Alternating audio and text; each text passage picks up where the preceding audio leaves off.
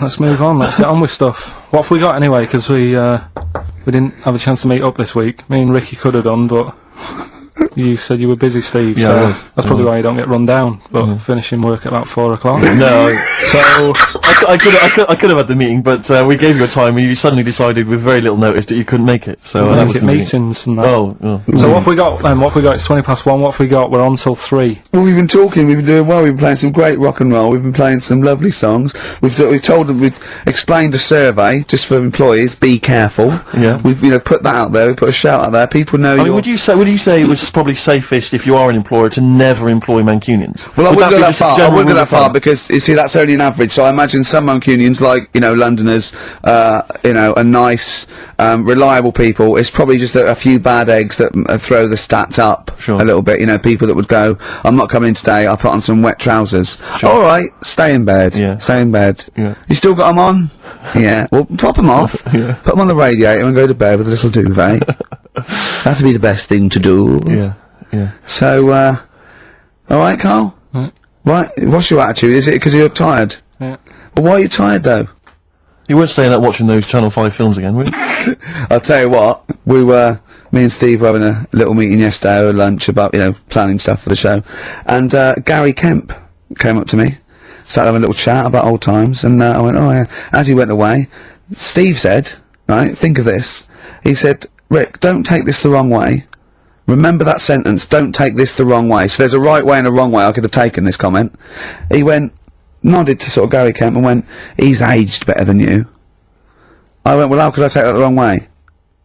Yeah, it's not offensive. No. Well, the point is this. He didn't know me 20 years ago, so he's actually saying, Rick, don't take this the wrong way. He looks better than you do. Yeah, well, he does. But why say that, Carl? What? Did you really say that? Yeah, although, can I just backtracking for a second? I love the fact you said you bumped into Gary Kemp and you reminisced about old times. What old times did you share with Gary Kemp? Well, no, he came up and said, did we drop the pops together? I went, no, I did Razzmatazz. I said, oh, we did Razzmatazz. I think he was thinking, had he ever met me before? But he hadn't, because we hadn't. That's what I meant. Yeah. Yeah. And, but if you had to make an objective analysis... I wouldn't. I think that's out of order. Sure. I mean, you're always slagging me off, but apparently you can't make a value judgment on something else. No. Well, because you're morally all over the place. You don't know where you're coming or going. Believe it. Sure. You should hear what I say about you behind your back. So, would you say you're better looking now than you were? Or... Than I'm what? Would you say you're better looking now than you were? Than I was when? Well, have you aged well? Yes. You've aged well? Yeah, I've kept my looks. Bit of Dando? Bit Evan Dando, this would be lovely, yeah. Go to sleep. That's good, isn't it? On XFM 104.9. Brilliant. Great DJing there. Well, I haven't heard it before. Good, isn't it? Yeah. No, it was good. It was very good. It was very good. I was just watching cable TV. I do a lot of that, and there's an advert I've noticed. It reminded me of the sort of adverts you used to see when I was a kid. It's one of those attempts to kind of educate young people, but doing it in it's on MTV, but it's one of those things where it's clearly been made by people who are in their mid-40s. Who have never been cool. Yeah. Who've been working really hard to get into TV all their lives, and now are trying to appeal to, funky and possibly wayward young people. Yeah. And it's kind of... Nerdy wells. Yeah, exactly.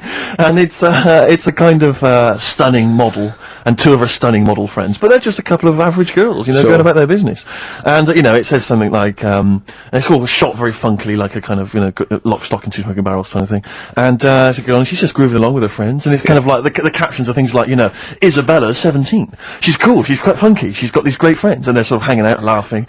And she just pops into a tattoo parlour. Why not? Her friends are like, what are you doing? But she just goes in, she has a tattoo done, and it sort of says, she's wild, she's crazy. She lives life as she sees it. She takes every day as it comes. She's not tied down or anything. She doesn't smoke cigarettes.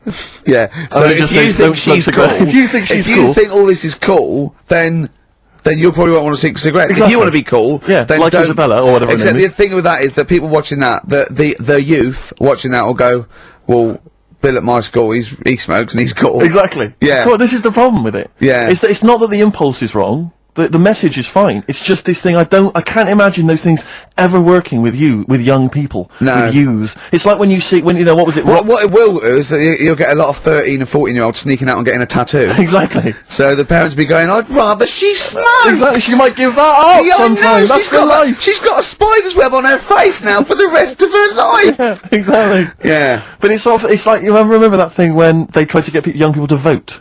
Do you remember that? Was it Rock the Vote? Was it called Rock the Vote? Was it people like Billy Bragg and people kind of... Yeah. I don't know who that appeals to. I don't know, some youth that is kind of smashing up a bus shelter, throwing bricks at old people. goes, and then, "Oh, wait a Billy- minute, Billy- what's that, Billy Bragg? Billy Bragg, yeah. I just can't, I don't believe it ever. I think it was Mick Hucknall was another one. What's that, Mick? Oh dear. Well, I remember the ones where you just if you were going to go off with a stranger, your cat went, well, don't. Yeah. Ask mummy first. Yeah. And I remember I was trying to jump in cars left, right, and centre, but my cat, Exactly. when I was like 5 or 6, would go.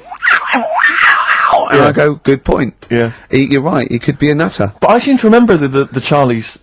The Charlie Says. It was Charlie Says, wasn't it? Yeah. Charlie Says. Charlie Says. I always find them really unnerving. He lived in that really eerie kind of world where you never really saw cartoon. anyone. Yeah, but it was very it was very eerie. It wasn't a very kind of comforting No, world. they hadn't spent a lot of money on the cartoon, had they? No. But I always got the sense with him that he was probably really quite lonely.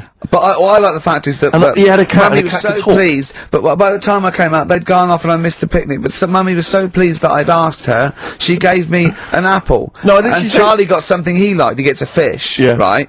I was thinking an apple. No, I seem to remember it being that. I'll get an apple anyway. Get me some sweets. Yeah, or a tattoo. I always thought it was a con when your parents got you some clothes you needed for Christmas. Yeah, I'm not falling for that. Exactly. I'd go, look, I'm getting the clothes anyway. I want battling tops. But the Charlie Says, I seem to remember when they asked him to go off for the picnic. By the time he'd asked Mum, because she was on the phone, Yeah. I don't know who she was chatting to in the middle of the day. Yeah. The kids had gone. One of her, and I seem to one remember of her that clients. exactly. I seem to remember that he said, "Don't worry, he was fine because Mum took him and Charlie on a picnic." Not as good. Who'd rather go with your mates, Yeah. or with your mum Or on a mum and your picnic cat. and your cat? Yeah. I mean, Yeah. I think they were friends. Mum, this Scotch egg stinks of fish. Well, I had to bring it for Charlie. Don't bring raw fish in the picnic basket. I think they weren't friends with us. They were just local kids who go, let's go and ask that weirdo with the cat if he wants to come down the park. Let's go and ask the weirdo who thinks the cat can He can talk, yeah. and then run away when he goes to ask his mum. When he goes off to ask his mum, they're just going, "Rah! Yeah, Oh, yeah. ask your mum, ask your mum." Yeah. Hello, hiya. Alright, we're the local lads, the cool local lads. We smoke, we got tattoos. Do you want to come and play with some puppies in the disused mine? Ask your mum first. Quick, run. Exactly. Look, he's talking to the cat. Look, he's talking to the cat. They were just round the corner spying on him. They were just laughing. There was no picnic. Did you ever go on a picnic, Carl? Was there places to go in Manchester, or was it like Quarryland mostly? The problem with those adverts, like when I was growing up, they'd sort of give you ideas, because remember the Charlie's one, right? And we were on holiday, right? And I met these two lads who are knocking about with like mates and that. And that advert came on, and we thought it'd be a good idea to wind his mum up, because this advert had just been on saying, kids are going missing in Wales, right? Yeah. So we said, oh, this will be a good laugh. We put the kid in the wardrobe. His mum came back from shopping. We said, oh, he's gone missing. We haven't seen him for hours. That's terrifying. I know. That's How an old were you? appalling How old were thing to do. you? About 13. And what was his mum? She must have been. She was, yeah, she was going mad, and that's when we thought, oh God, we've gone. Will we say anything? Will we pretend we don't know where he is? Open the wardrobe, he'd suffocated. Yeah. That's Yeah. horrible, Carl. I know, but Such it's a just cruel what you thing. do, isn't it? It's just what you do. Well, no, you do. What do you mean? It's just Well, what you do. What was it? Was he in the wardrobe? Was he listening to this? Why didn't he go, Mum, it's alright, when he heard her crying? No, she wasn't crying, she was just panicking and like screaming a little bit and that. Screaming a little bit. Okay, we'll tell her when the screaming starts. Exactly. Yeah. And then, what's the other thing? Like, on the same, like, all this was going on when I was growing up. And, one time we're on holiday, and my mum said, right, if you're going on the beach, it's a big beach. But, if you're going to go out and play there, I need to know where you are. So what part where of the these beach you're going bells? to. where this cowbell made your name. She gave me a balloon.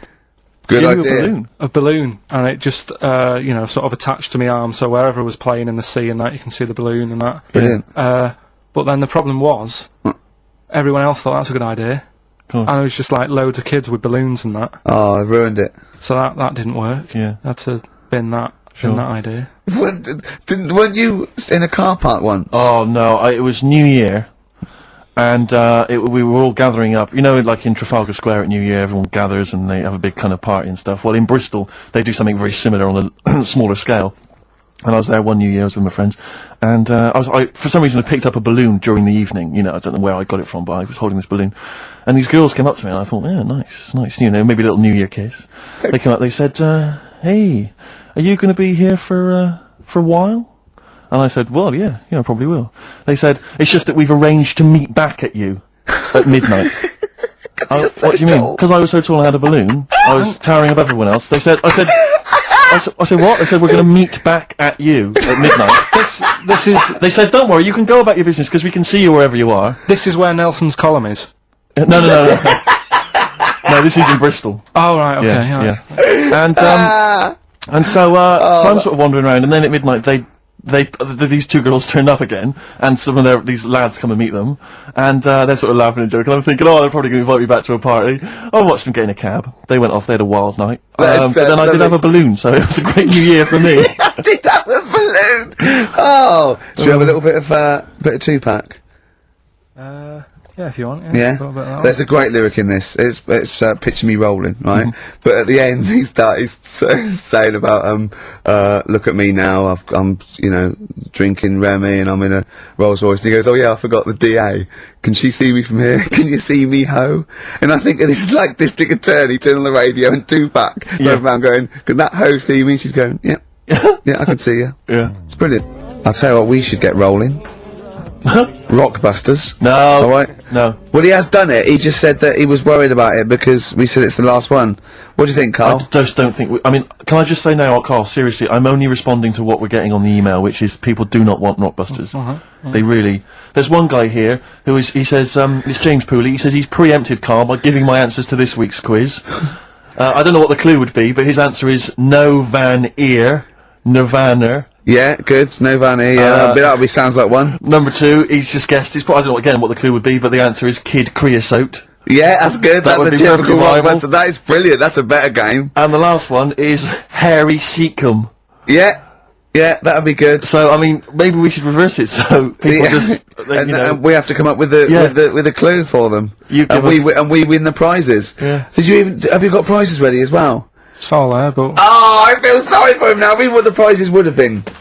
I'd rather just give them away to the first person to email in, frankly, than have to go through the torrent of Oh, Rockbusters. God! Look at Carl's face! I wish you could... Oh, can't we get this on telly just for Carl's face? Hey, I'll tell you what we could do, Steve. You know, like Smiley Miley and that used to take the Radio 1 Roadshow out? Oh, man, that would be amazing. Come on. Should we take it out? Hello, Bournemouth! Yeah, how many miles have I done? Don't care. No, Exactly. Should we do this? How many miles have we done? Well, XFM's down the road. Yeah. 1. Yeah. Should we take it out the road just so they can see Karl Pilkington? To be fair, though, I mean, you're not really keen to leave W1, are you? Well, we wouldn't. Right, so where exactly would we take the roadshow? We'd do it outside. Outside the building? Yeah. Right, okay. And what would we do? It's called a roadshow because it's in the road, I imagine, isn't it? And we'd give away t-shirts? Throw in t-shirts, and then we'd have a band. We'd have band playing. What was that band playing tonight? I forget, something Diesel, was it? Yeah. See, instantly forgettable. I mean, that was my point, really. we could have them on. Yeah, great. Yeah. Get a couple of celebrity pals down. Someone from Big Brother 2. That would be ideal. Well, Josh, the other little gay fella. Yeah. He'd come on, just wave. Yeah.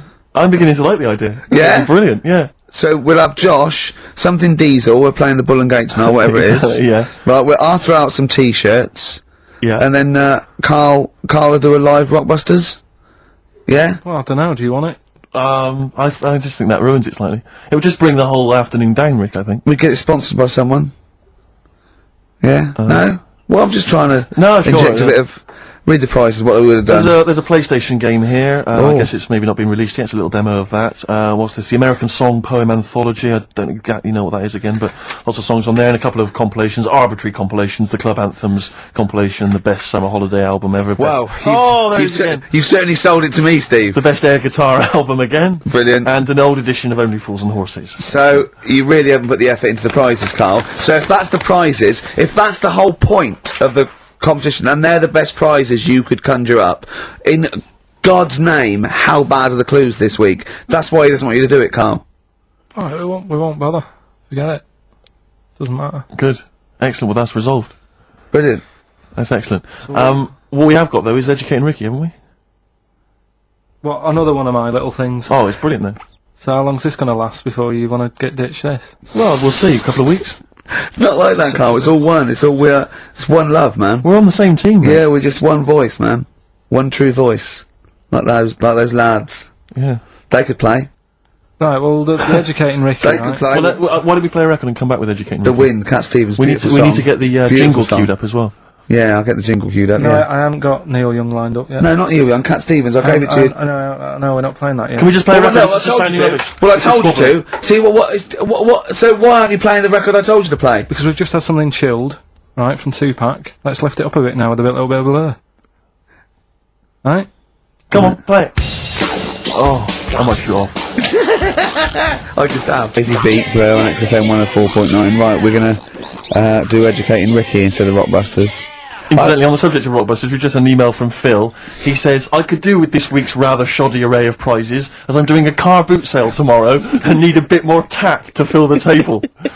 Probably send it we to might, him. we might as well do it anyway. Yeah. But Educating Ricky, it was a feature. Well, actually, about a year ago, I started a feature called Educating Karl because we found out he had 1 E at O level at history, and I'd educate him on things like Rasputin, things that I thought he'd be interested in. You know, Winston Che Churchill, Guevara. some of the greats, some scientific facts, and then I said it's your turn, and he started telling me about people born without legs.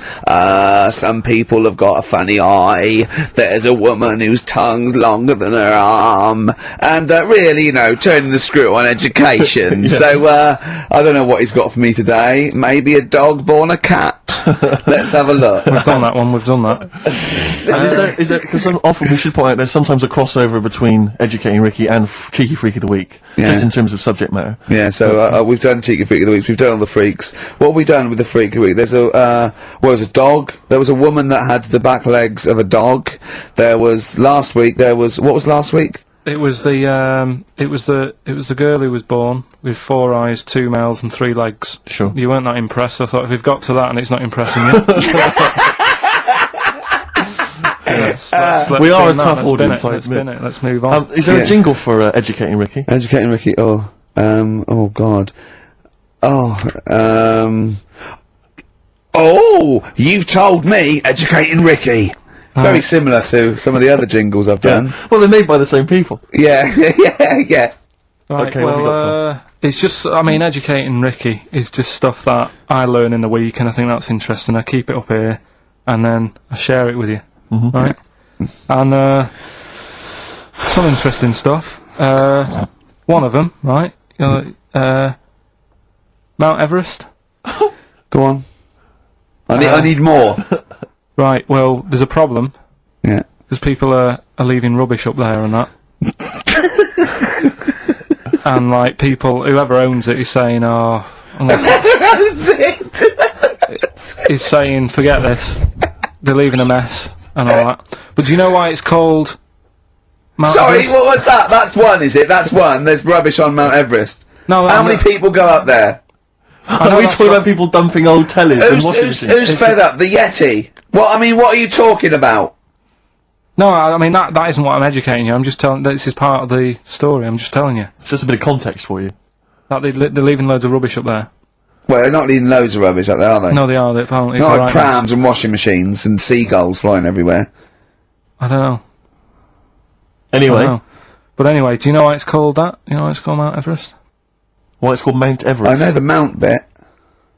It's because it's a large mount, and if you climb it, by the time you get to the top, you need to have a rest. And that isn't the educating bit. I'm just telling Well, it's you. not true. Well, we'll leave that. Well, Right. no, Carl. In the name of everything holy, do you think that anyone named it because you have to have a rest when you've climbed it? Well, we'll see. We'll see what people say on email. But Well, that- it's definitely not. But anyway, That- that's one thing that I kind of thought that's interesting. I'll remember that. I'll teach Ricky that, so you've learnt that. Right, now, are you familiar with this thing that they can do if you're dead, right? No, not if you're dead. It's like if you're ill and you know you're going to die, Yeah. right? I don't know what this is anymore. Extraordinary. Have a rest. Extraordinary. Himalayas. Himalaya. What? Listen, this is an interesting fact. Come on. If you're ill but you know you're going to die, Yeah, you can have this thing done in Detroit where you get put in a fridge, right? and if they work out, what's wrong with you in 20 years' time, you go, right, that fella is in the fridge. He had that. We can sort it. Let's get him out, and they sort you out. Yeah. Is this the first time you've come across this idea? Yeah, I read it the other day. I didn't know You've about never it. heard of this before? It's called It's called cryogenically preserved. It's good, isn't it? They put you at sort of like sub-zero temperatures, so they stop all cellular activity. So do you stop aging at that point? Yeah, it's suspended animation. So, well, what's the law on it, right? Because say if I had something, right, Yeah, and I said, put me in a fridge, and when you've got the cure and that, wheel me out and sort me out. Say if they did that, yeah, and it was like 40 years, yeah. and in 40 years' time they get a cure for me. Yeah. Would I have to stay with Suzanne? Because she'd be 70. Do you mean what are the rules? Should you be allowed to date a younger woman? Well, it's not fair, is it? It's like good news, we sorted you out, but I don't think she'd mind. I reckon she'd have the best 40 years of her life. Yeah.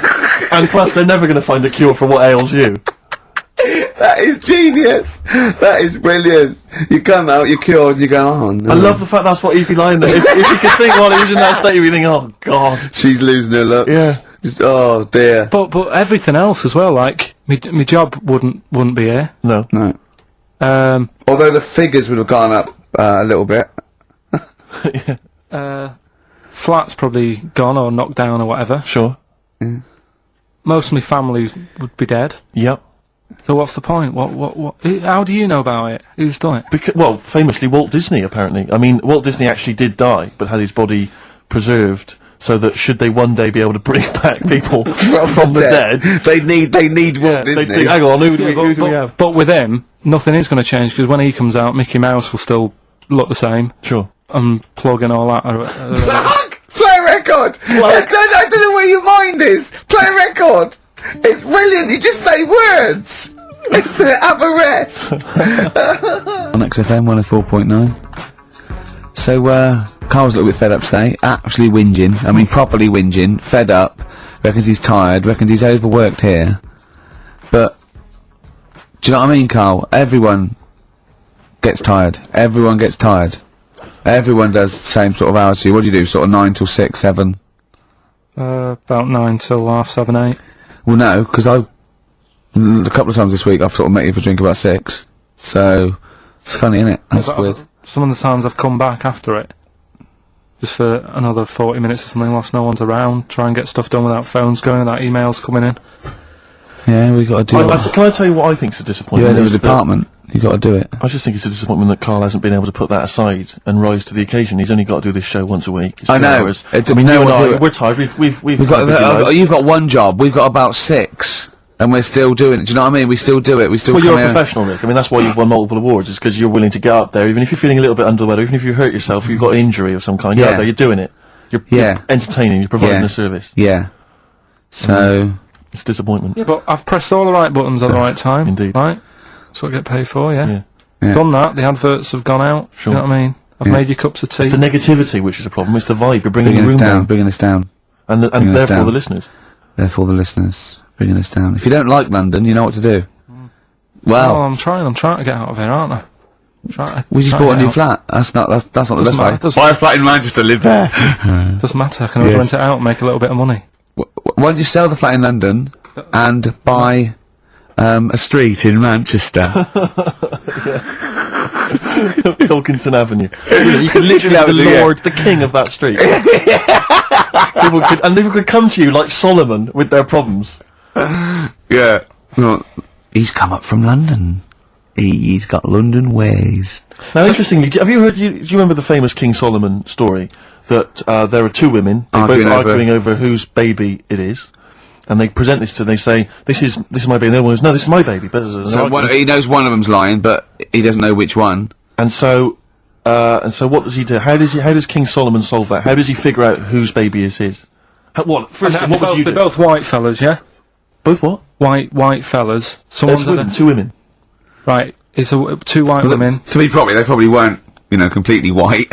Yeah, whatever. Yeah, they're of the same ethnicity. No, but I'm just working as is the baby. out. Right, alright then, so Yeah. alright. And don't think about what King Solomon would necessarily. Yeah, do. it wasn't Think that. about what you It would do. wasn't that easy. No, there's not one tall, skinny white one with big ears, and so's the baby. The other one's a little short Chinese bloke.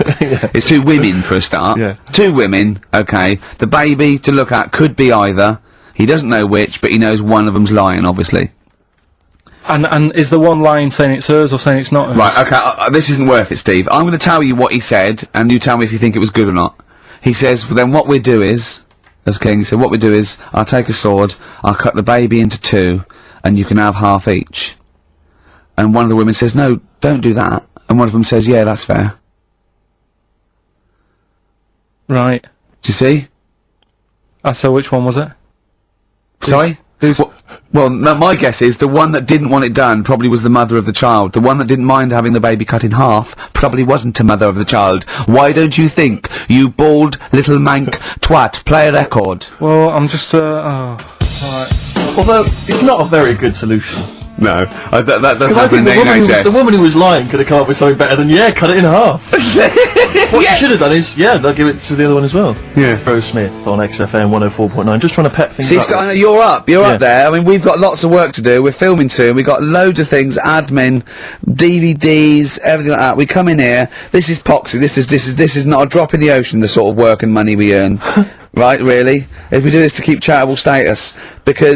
And yet you know, Carl, come on. What's the matter with you?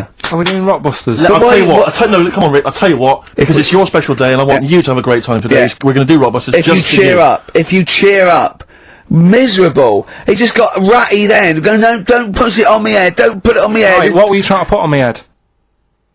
I was trying to put a pear on your head to knock it off with a ball, like William Tell, but it was because your head is so round and the pear was round. I tried to flatten it a little bit, and I didn't know it was a juicy pear. So I thought it'd be like just to crush it a little bit, and then he went mental because he had juice running down his face. Oh. Why is it my fault? The pear's a faulty pear. Exactly. Get proper fruit in here. It worked with the apple. That was fine. And then he gets ratty with me. Turing Breaks, Painkiller on XFM 104.9, Ricky Gervais, with me, Steve Merchant and Karl Pilkington. I should point out now, Rick, that the general consensus from the listeners is that Carl should definitely be on the poster. But I know obviously. that, I know. There's an interesting email Of course here. they should, It they're just right. says, I'd love to see Carl on the poster, especially as I'm watching him on the webcam today, and wearing that shirt, doesn't he look like Charlie Brown? He looks just like Charlie Brown from the Peanuts cartoon. Oh my god. That's it. From now on, if anyone ever asks me what He Carl does looks look like Charlie Brown. He Oh, looks just it's like great him. because Charlie Brown has got that thing, you've got less features than Morph. It's just a round head and there's human aspects. It's just the bare minimum. When I draw a cartoon of him, it's so easy. Yeah. The thing is, right, if I go on the poster, this is what I'm worried about. Where do you go from there? What do you mean? Well, it's difficult, isn't it? Do you know, like before, you were talking about the complaint that a TV channel got about some fella putting bacon? Yeah? Yeah. That was me. Yeah, you were talking about a fella I didn't who- put the bacon on, but yeah, I was talking about it and it Yeah. got a complaint, yeah. Right. Now, he had to do that to get a kick. Yeah? Yeah. Where do you go from there? And it's the same for me on a poster. Once they've seen me, Yeah. And we get sued by the estate of Charles M. Schultz for using without copyright his most popular creation. Oh, it's just that if people don't know, it keeps them interested. They don't need to They're know not what tuning I in like. every week on the off chance that we'll... They're wondering what you look like. Yeah, but the ones who are, it just keeps them... They won't let them down there when they see your picture. It won't let them down. It won't be a letdown. It's exactly as it should Leave be. it. Anyway, Yeah. competition, yeah? Right, let's get the answers. Let's get this out of the way. Songs of phrase. Songs of phrase, just in case you just tuned in, it's a new feature we've been doing. We take songs and chop them up and that, and it's a phrase that's cropped up on the show a few times. This week we were going back to the classic "Me Auntie Had Wind" for 5 minutes. That's the classic. And let's have a, These are the have a answers, is listen. it? Okay. Yeah. Right and see wind. So what you had there is you had the knack Yeah. with my Sharona. Uh-huh. Anti was some Manson track. What? You don't even know what it was. Anti everything, I think it's called, some album track, right? Then you had Bill Medley, Jennifer Warnes. I have had the time of my Yeah. life. You had Bob Dylan, Wind. Wind, Idiot wind. Blowing in the Wind. Oh, Blowing in the Wind, was it? What was after that? 4. 4 was 2468 4 was Bob Motorway. 2468 Motorway. Yeah. Tom Robinson. Tom Yeah. Robinson, yeah. That was the 4. Then you had the 5 from Manfred Man, 54321. We wrapped it up with a bit of 5-star Yeah. from Minute, something about, Can't wait. yeah, can't wait another Can't minute. wait another minute. So, they're the answers. Yeah, We're well, looking for someone who, I don't think we got anyone who had them all right, but Nobody got all 7, although in your little answer list then you only listed 6, because Yeah. you got your numbers went out of sync in your own brain. Well done, once again. Smooth. I tell you what, Carl, why don't you next week at least write down the answers for yourself? don't need to. Well, you clearly do, because you get to embarrass yourself. Don't need to. You've proved that you do. Right, Fine, okay. anyway. Well done, I'm going to give it to Paul Tier. PJ Tier, because he got 5 of the 7. Well correct. done. So he gets. And he's getting that signed Kevin Spacey Yeah, DVD. if you can just email us your address as well and get them off to you today. All right. Brilliant. That's Well what you're done, dealing with. So you've done that competition, that's been put to bed. It's, So let's have a we've done- great tune, Rick, and then what else we got? We got some monkey news? We've got some we've got monkey, monkey news. We've got Cheap as Chimps. We're doing the film thing. Right. Got the You can film win- thing. What you film can is it this week? Silence of the Lambs. You can be owning that by 3 o'clock on VHS. Is it about $4.99? Is it? Thereabouts. 20th Century Boy. Come on, Mark. Some people want a 21st Century Boy these days. Mark Bowden there. A little bit out of date on XFM 104.9. Ricky Gervais, Steve Merchant, Karl Pilkington. Right, it's that time again, isn't it? Monkey news. Yeah, monkey news. Oh, monkey news.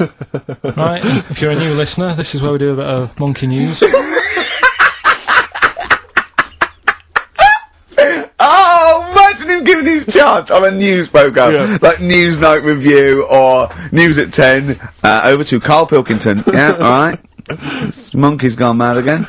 Go on. Right, we've done quite a lot of good stuff. The one that sort of kicked up most of the fuss was probably Ollie the monkey. I love the fact that they're all monkeys. He's a chimpanzee. Wow. It's an ape. Well, today, right, we're looking at one that's it's called Coco.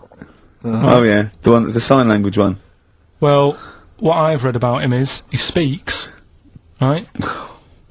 Highly educated. Yeah. Photographer. Carl! Right? I love the fact that when he gets a gifted ape, he has to look up to him. He realises that he is superior. I love that. Oh. And it also likes going on computer chat rooms. I can't take this anymore, Steve. I'm going to be sick. Oh, gosh. Right? That's pretty amazing. You know, if an infinite number of monkeys are in an infinite number of chat rooms, they'll eventually type, which is your favourite episode of Buffy the Vampire Slayer? Exactly, yeah. Karl Pilkington, you're an idiot. But the thing is, right, you're saying about the infinite thing again, about monkeys, if you put them in a room with a typewriter, they'll come up with Shakespeare. Yeah.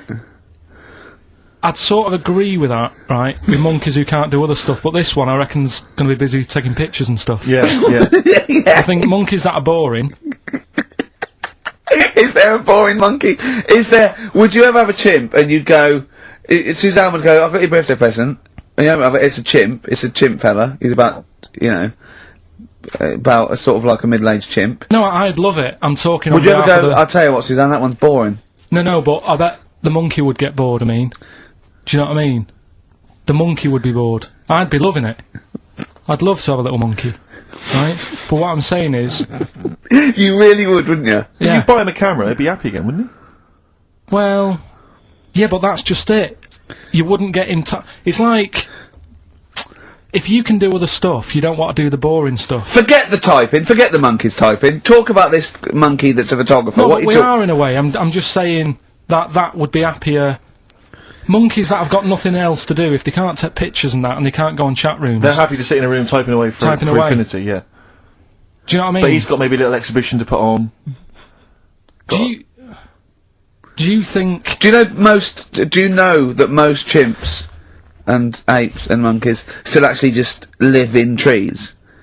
These are in laboratories and zoos and things. You know that's not the norm.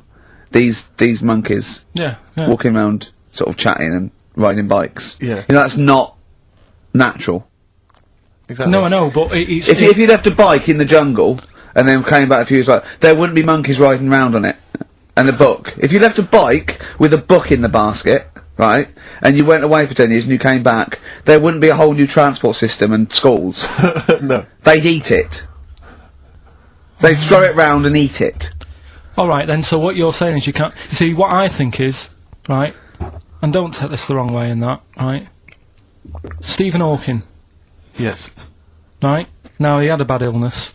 Now, I wonder if he'd be... I wonder if he'd be as bright as he is if he didn't have that. Right.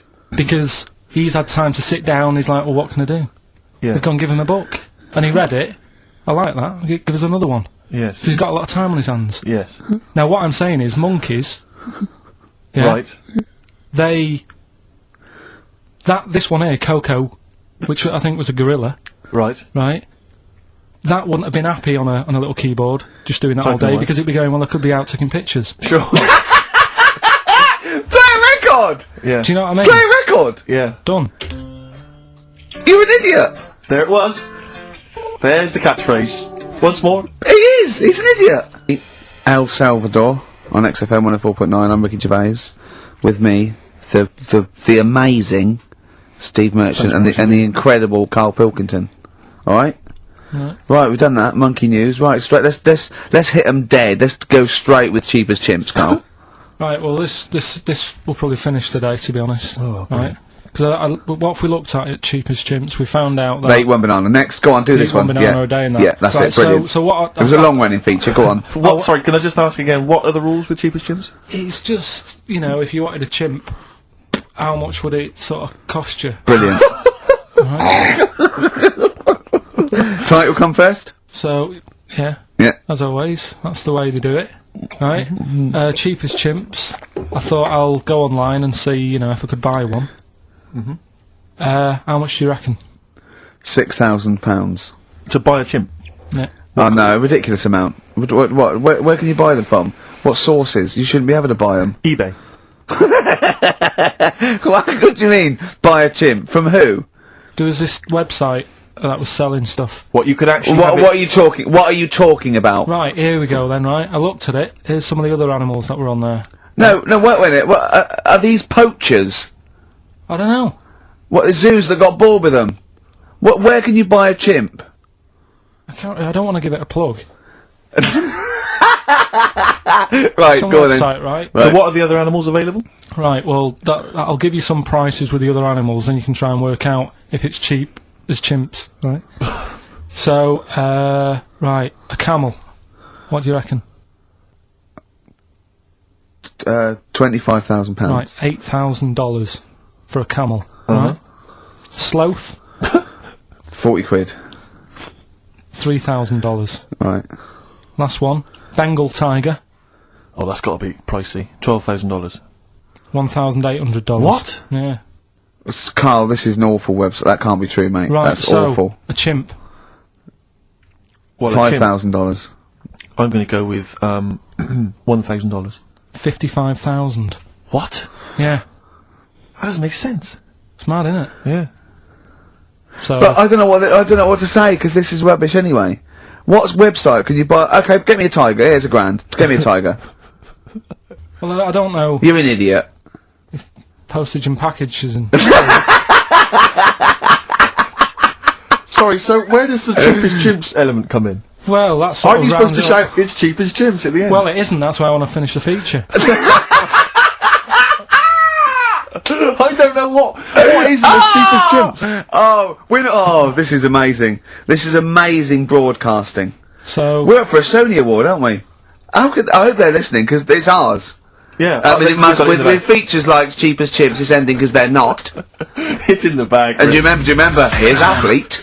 Can't stop the Red Hot Chili Peppers. Well, I've got news for you boys. I don't want to stop you. I love your funk rock fusion. Word of warning, no nudity. Repeat, no nudity at this gig. I do it like you. I think you should host a whole show like that. It's lovely. Have you ever done any like DJ, like proper DJ, like in a pub or a club? Because I know Carl had his own. I had my own disco when I was a kid. Yeah, not proper. I had a gig once when I had to. It was 2 nights a week in the local pub. Just the 2 decks that was in a suitcase. You know, there's those sort of all-in-one thing. And they just wanted the same records. They wanted Rod Stewart, Baby Jane. They wanted about 11:15 when they were all drunk. They wanted Don McLean's American Pie, which they all sang along to. Yeah. Uptown Girl they liked. Right. But yeah, I didn't used to do the talking. Did you do the patter? No, I couldn't. I just don't understand it. I just love those wedding sort of DJs that they have to give you extra information. They can't just play a song. They have to say things like, "Ooh, all the way back there in the Commodore's easy." It's sort of like they have to tell you something. Who's listening? They're just going to play the next record. It's a wedding. Yeah. It's like there's like the controller of a local radio station listening. It just happens to be at the wedding, thinking, "Hang on, hold on, he's played a record, but he's got extra information." Well, they should do useful things at a wedding. Like, will the overweight aunt in the purple dress please now take the floor with little unfortunate kid and let him hop around? As the dance floor is currently empty, will any 8-year-old boys wearing those tiny tuxedos please slide across the dance floor on their knees until they are taken home and put to bed early? I went to one once. And the bloke who'd hired it went to the DJ, and this DJ that had come with this sort of party wanted a 70s disco, and he looked like Woody Allen, right? And I was sure he used to be a gentleman's outfitters, like, and he said, "Oh, I wanted a 70s disco," and he went, "Well, I've got Bicycle Race by Queen lined up, I've got ELO, and I've got Cliff We Don't Talk Anymore, so," and he went, "Well, I went sort of more disco." He went, "I don't really want to blow all my Earth, Wind and Fire before 10. But it's like all planned. There are rules. Will the 17-year-old girl who's dressed like Avril Lavigne please tut loudly because I still haven't played anything by Linkin Park? Will the 45-year-old woman recently divorced please cry now? Yeah, please cry now. Please cry now because it's clear you're never going to find another man. Because you used to be a DJ, didn't you? Because there is a sort of rule. Definitely, I remember there was like, you know, what I learned was that there are certain tunes you just do not play early on. Oh, What a Night, for instance. Dun, dun, dun, yeah. People, you never play that before like 11. You want that last hour before they've got to go home to be non-stop dancing. When would you pop on Dancing Queen? Interesting. Thanks for that. Is there a buffet being served? Yes. Yeah. Well, definitely post buffet. I remember there was great days. I was reminded this recently by ITV's Reborn in the USA. There was a great time where you could come out of the buffet or any kind of speech with a bit of Gina G.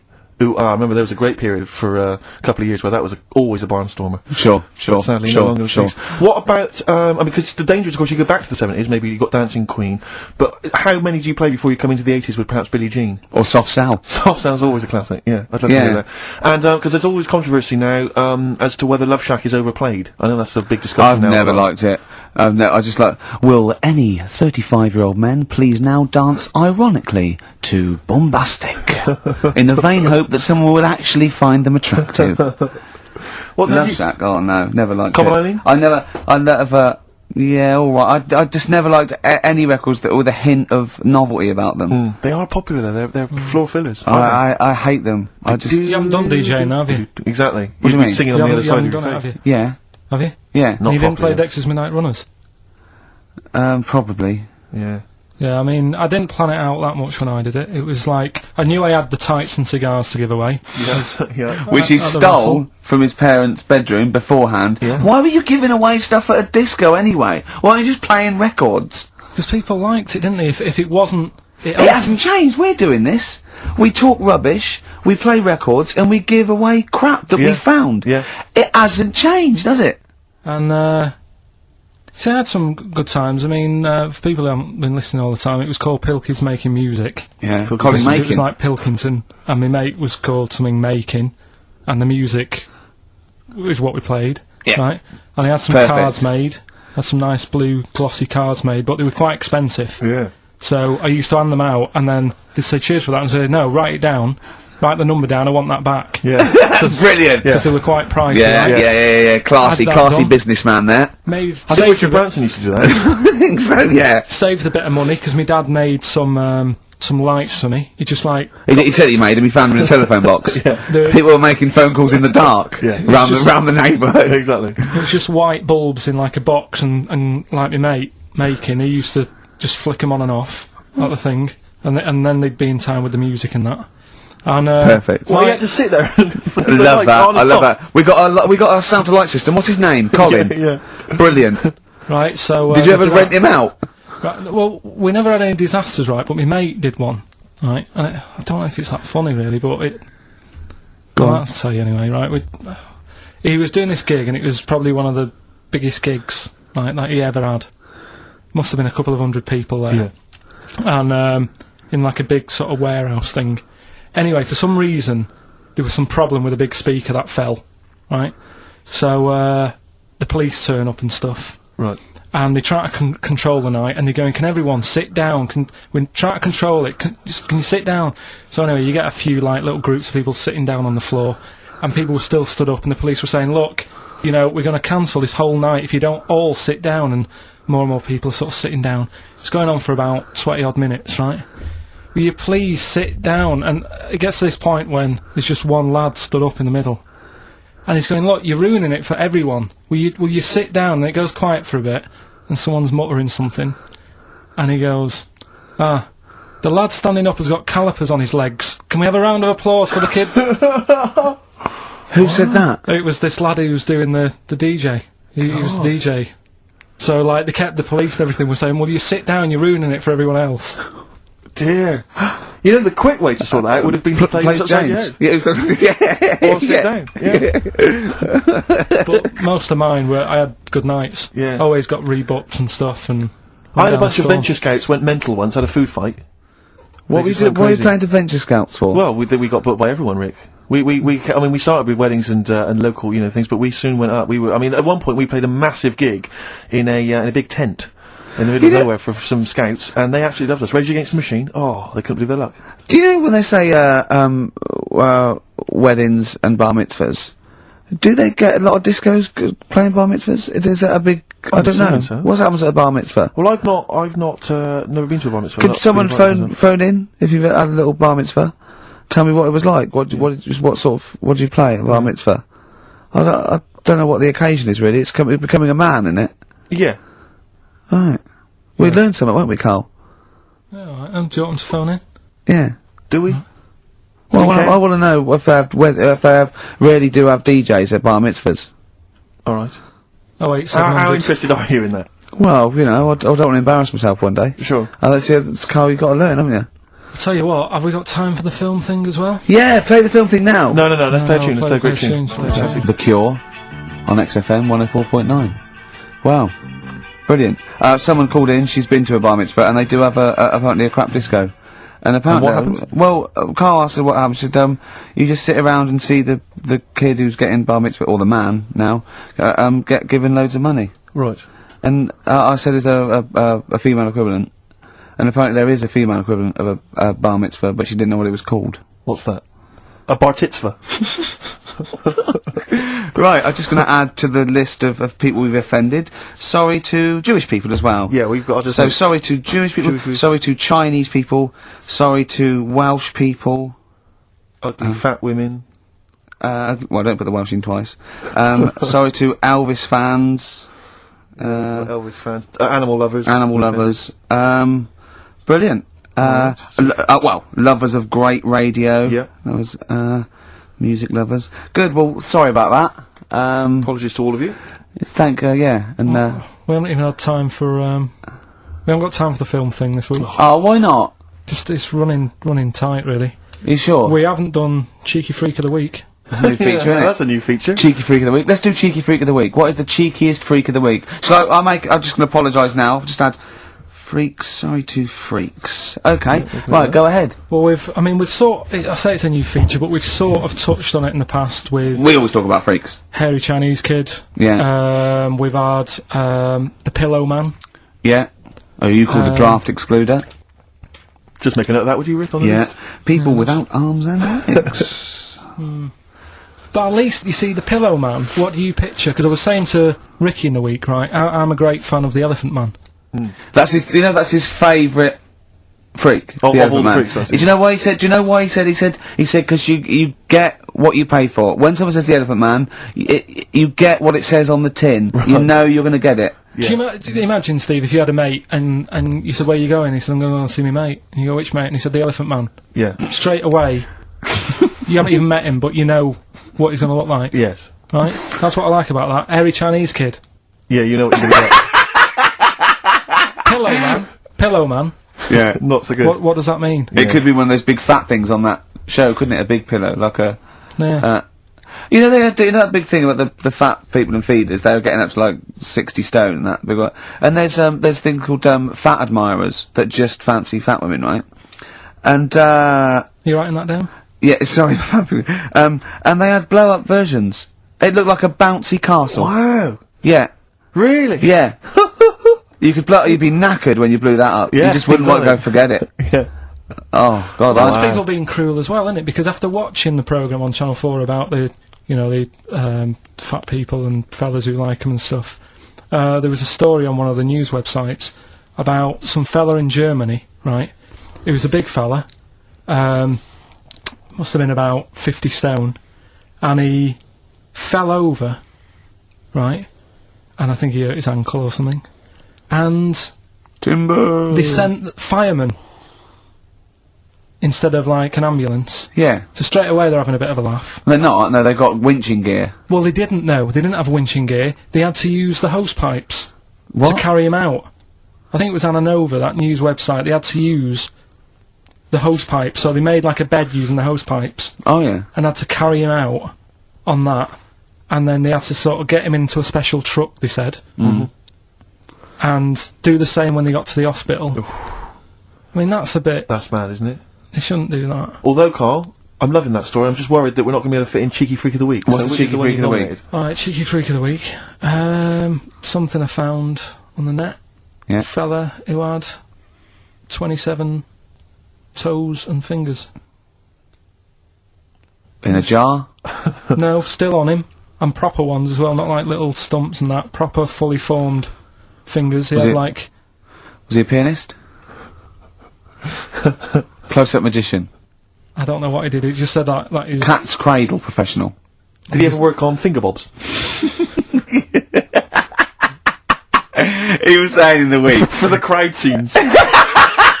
I'm now going to do Braveheart. Yeah. He said about the Elephant Man. He said, I want to do a thing right with freaks, where it's good and bad. He went, what did you said? The pro about him is, What about the fella with loads of fingers, or...? no, the Elephant Man. Well, he... He said the bad thing is he stretches his jumpers. When he puts them on. Yeah. And what's the good thing? Sort of... He never gets up and goes, oh, my hair's a bit of a mess today. No. He's always having another bad face day. I'd like to complain about this head and shoulders. Are you taking the piss? Yeah. Oh, dear. So that's freaky... Didn't you see an elephant woman in Manchester? Yeah, leave that. What do you mean, leave it? No, because it is sad. I know it's sad, but I mean, I don't know what my next sentence is. No, people always That think... should be the end. Did I don't need it? to say anymore, people will know what she looks like. It's a good name for her. Did she like buns? Oh dear. It was when my dad was a taxi driver and I used to sit in the front, Yeah. and she used to get a lot of taxis. Yeah. And, And he only charged you half price, didn't he? He was a good guy. well, the bad thing is as well with people like that, you don't want to offend them because they never forget.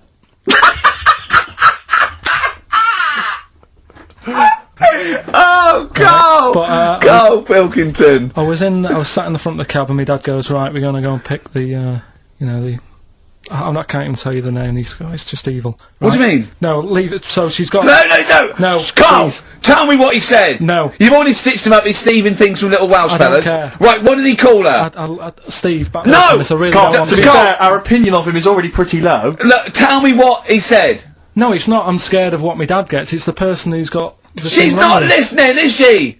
Well, her headphones wouldn't fit on her head. Tell me what he called her. I don't want to. Tell me what he called her, Carl. I'm getting angry, man. Tell me what he called her. No, I'll leave that. Honestly, Tell me what he... It doesn't matter. Tell me what he called her. Carl, just... I'm gonna go... Seriously, I want to know what he called her. Right, you're not gonna stop this show. We're not doing the next show until you tell me what he called her. What did your father call the elephant-head woman? Tell me. Spudhead. How old were you? I don't know, about 9. So did you expect to see a potato with a dress? He did sort of, again, it's a good name. Do you know what I mean? They had an idea of what it was going to be about, and he said, do you want to stay in the car, I'll take you home, because you can't... Spudheads, you got lovely eyes. Can't. Come on, Growing on Me on XFM 104.9. Oh, it's all going well already, isn't it? The microphones fell apart. Carl's shouting because he got headphones on. His music's turned up too loud. Canfield level. God, it got pre-out. Look at him giggling. Look at him. Look at him laughing. That's so funny because I got a letter here from who was it from? Mike Heel, who sent me a little picture of a little Japanese fella from a film who said looks like me, and he does a little bit. But he says, please can you make Carl laugh? I've never heard him utter as much as a snigger, and I'm worried he may have a genetic disorder. Well, I mean, he has got a genetic disorder, obviously. But, he was giggling then. I hope, people heard you then. Look at his little face. It was a joy. Oh, I love the things that make him happy. But I love the fact just before the microphone came up and just before the record finished, he had his headphones on, the music was too loud and he was just shouting, Bauhaus is not working! Bauhaus is not working! I have to play something else! I went and found Ziggy Stardust by Bauhaus and said, why isn't it working? Look at him giggling! Look, he's lost it! Is he going away? Are you on drugs, Carl? What have you done? He's tickled. Look at his little... He looks like one of those shaved monkeys. Look at his little... Oh my god, I've never seen a forehead glow. I know, it's extraordinary. Oh. And he's got that red shirt on as well, so the whole of him is just a big glowing... Carl, what are you trying? What are you putting in? I'm gonna see if I can get this to work. Go on then. Hang on. Brilliant radio. I hope Dr. Fox is listening because I think he's eating his words right now, Steve. Right, I think I've done it. Right. Well done. That's excellent. Right, what Let's we play doing? Bauhaus now and let's try and compose ourselves. This is Ziggy Stardust by Bauhaus. Well, it worked. That worked, didn't it? So you panic over. Calm now. You're on holiday soon, aren't you? Yeah. You got to go off early. Well, about How many holidays have you had? Because I only ever have time off when I'm working, like doing another job, like, you know, filming or something. But you seem to have a lot of holidays, just like, and you were sick as well. You were just like, because you had wet trousers, which is a little bit... Do you not care about the job? I mean, I've got to ask, because, you know what I mean, if I was in charge, I'd worry about your motivation or... Because yesterday we were trying to work out what you enjoyed doing, and we got to, Manchester United and moaning. And that is the two we came up with. I don't know where you get the moaning thing You're from. always whinging. About what? Everything. When did I last have a moan? Just before we came on air. Right, and why was that? I don't know, I can't remember. Because Well, we were in good mood, me and Rick. I'll tell you why. Go on. Because you brought a song in at 10 to 1 Yeah. with a load of effing and jeffing in it. Yeah. And saying, can you edit this? Yeah. Yeah. But that's your job. You could have brought it in yesterday. No, I couldn't. Why not? I hadn't thought of it. But why are you whinging? That's your job. And I didn't come in 10 minutes before. It was a good 20 minutes before. It just took you ages because you were whinging and moaning to even get started. I'm not being dragged into this. You are always... I'm on my holiday now. Well, not yet. No, you're not on yet. You're still working. Well, that's what's funny. This isn't even work, right? And yet it should be. Compared to what I do in the week, this is a doddle. Well, that's because you're not putting any effort in, clearly. Where are you going anyway? Where are you heading? Cornwall. Yeah? What's happening down there? Well, there's a monkey world. You're excited about that? We'll go and see that. Probably go twice to that. Yeah. Whilst I'm down there. How long are you in for? The whole week? Yeah. Yeah. So, This is with your parents, isn't it? yeah. Taking them out. Your father, what do you think your father will be up to? What's he going to be nicking on this holiday? Well, he's, Tin. There's a lot of tin in Cornwall. He's, since they've shut the mines. He's just called Suzanne, said they've got there, said it's a nice little place. There'll be no towels when you get there. So what are you light gonna do? bulbs. What are you gonna do? Just gonna chill out and sort of like go to the pub and stuff? Yeah, like I say, I mean, all I've got planned is probably probably Tuesday and Thursday at Monkey World. What about Wednesday? What are you thinking of Wednesday? Just wandering around Just sort of think about, you know, King Arthur and that. Where he was down there, wasn't he? I don't know, but I'll tell Where you you going? something. What town? I don't know. I don't know where it is. Doesn't Suzanne matter. sorted it out. Yeah, I don't she know, sorted it I don't know. out. I joined the phone to her saying, well, pack 'em, pack 2 pairs. Poor woman, she's packing your bags for you. Yeah. Right. But You'd spend more time at home if Steve didn't come in at 10-2 with a rap record with, like, obscenities all over it. yeah, well, we'll play that next week. then. Well, you didn't even get the job done, that's the thing. We can't even play it because you didn't get finishing time. I tell you what, that Method Man, if he doesn't stop effing and jeffing, it's the end of his career. In my opinion. All this F that and, yo Jeff, I'm a Jeff myself. Yeah. Or I'm hanging out with my Jeffs. Yeah. It's terrible. Jeff, and, you. and we know you can't put out the J word on XFM. Oh, Mother Jeffer. Well, so we haven't got that, but what we have got, Go on. Monkey News. We've still got a monkey news, have we? That's sorted out, that's coming up. Yeah. Rockbusters. Yeah. Well, last chance. Definitely your last chance this time. You actually improved a little bit last week. You did a couple of good ones. Yeah, same again this week. And, Cheeky Freak? The controversial cheeky freak of the week, where Karl finds a human being with some sort of congenital or imposed deformity, or So and we talk about that in a wry way. Do you think that's big and clever? no, but that's just it. It's never about taking the mickey out of someone, right? It's to make you think. I'll tell you what isn't big and clever. How lucky you are A on dwarf with learning difficulties. Nice. Yeah. Well, It's called Carrion. That's nice and retro. That's Yeah. like end of the 70s Bowie. That's great. On XFM 104.9. That's just some of the records. That we've played so far. Do you know what I mean? You've had The Darkness, you've had Bauhaus. It's like, can it get any better, Karl, do you think? like I say, we've got Monkey News coming up. So, Guess what? I lost 400 quid cash this week. Gambling? No, that's tragic.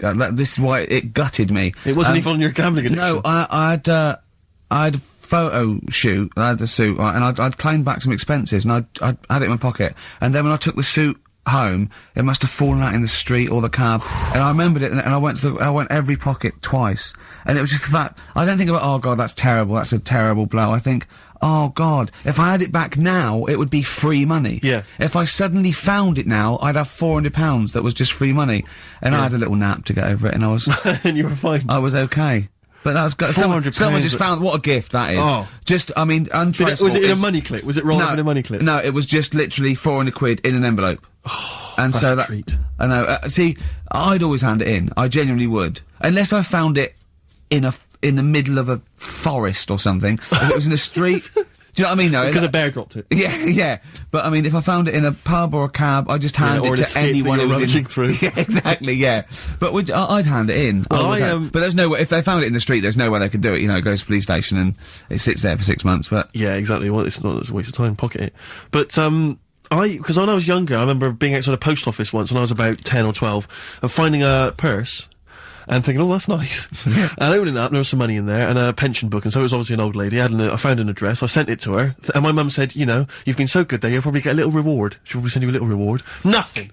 I got maybe a thank you note, but no cash, no moolah, nothing. Really? And I was livid, because I'd been told that I was going to get a reward. I thought I've been a good Samaritan, nothing.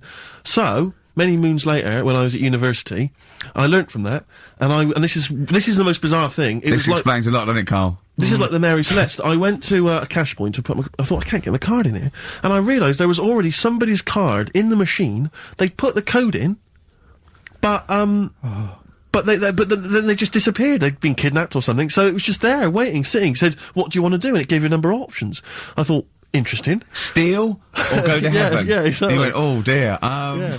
Well, I pressed balance just to check what their bank balance was. Unbelievable. It was a considerable sum of money. I'm not going to lie to you. It was not typical student debt. It was like, I think they were a foreign student. There was a lot of cash in there. A lot of money. Did you feel a slight bulge in your trousers when you saw the amount of money? I couldn't believe my luck.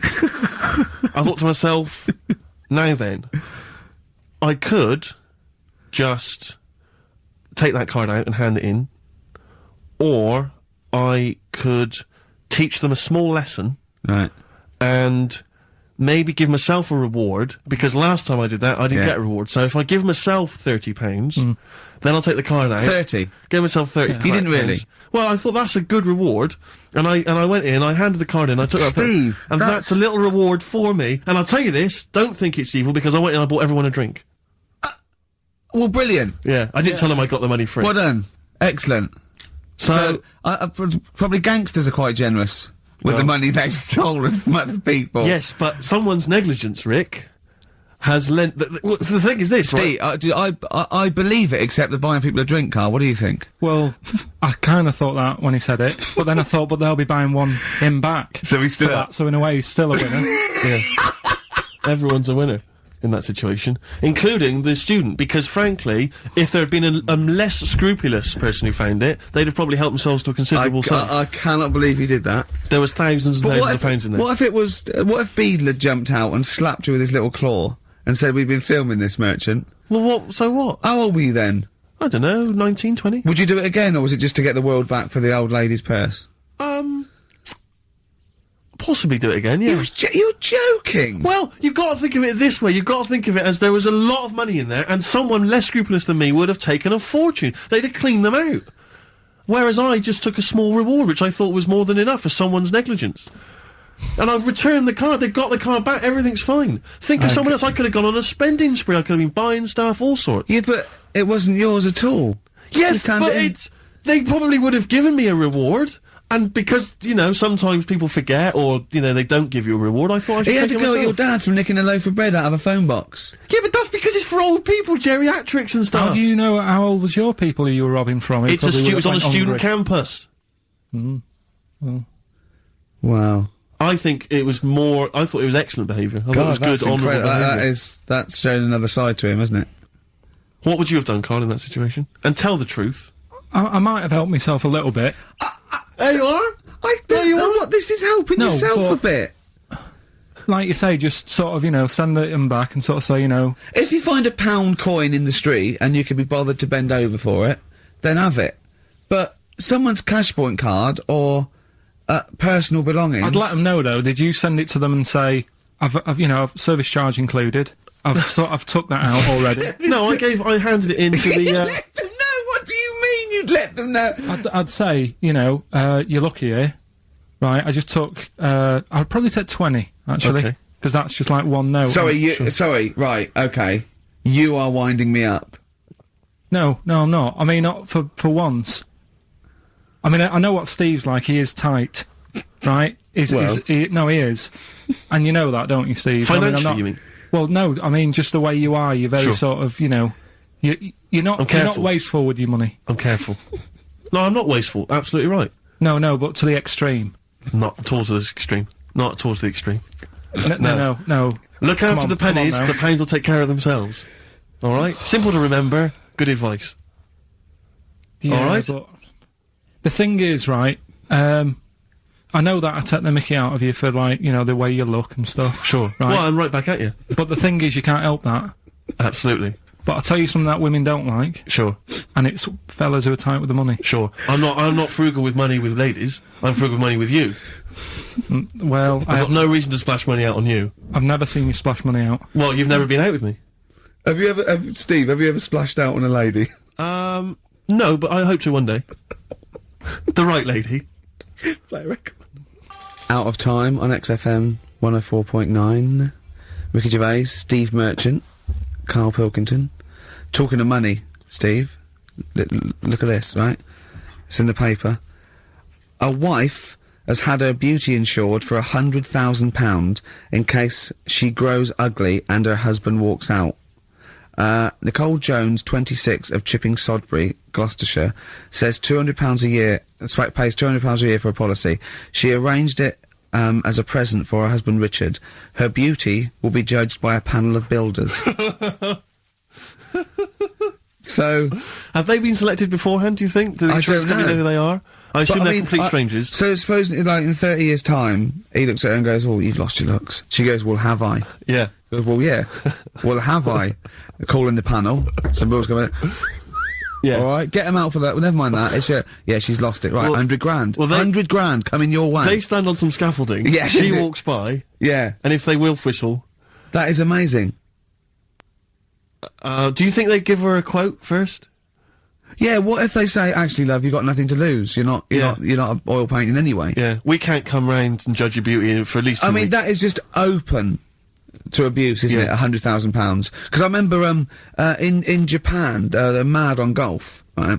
And if you get a hole in one, you buy everyone used to throw a party, and it was costing them like thousands and thousands of pounds. So they were insuring themselves against getting a hole-in-one, and so miraculously, everyone was going, I got a hole-in-one. Did he? Yep. Yeah, yeah. Paying out insurance. I mean, they could be in that together, couldn't they? They're bizarre. not. I'm sure they're not. Well, They're probably more honest than you two that would take 20 quid out of a cash point. But, you know. No, 30. 30. Yeah, 30. I like the wording, though. A wife. Yeah, a wife. The word wife. The word wife. I don't know why I just find it's just an odd word. This is my wife. Hello, the wife. Yeah, the wife. My wife. It just seems a word that you have to say if you're 60. You can Yeah, I go, know. Have you met the wife? And even then, ironically, unless someone, you don't know exactly, are you married? Yeah, my wife is from, you know what I yeah, mean? that makes sense, but it's the wife. People go, oh, better get back, I'm meeting the wife for dinner. But especially when you know them. I remember bumping into friends of mine somewhere at a party, a couple that I knew, and I'd known both of them before they got married. In fact, I'd known her, I think, longer. And I said, where's so-and-so? And he went, the wife will be along in a minute. And it's just this notion that, use her name. I know she is. I know her name. Is that I used to call her by that. Why? It's like someone going, you know I'm married. Yeah, exactly. You know I'm married. It's like showing in the off. eyes of God, we are wed. Exactly. Yes, that makes me more It's of an adult than It's you. the ownership. Yeah, it's like going, you know I'm a real man. I've got a wife, and here she is. She's my wife. I find it, there's the words that I find hard to say. In a shop, I could never ask for wet ones. Do you know what I mean? If I have to go and ask for wet ones, I won't bother. Or toilet duck. Another one I have a problem with, I never say, Snickers.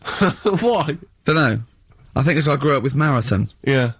See, this is so pathetic, I still get embarrassed buying, toilet paper.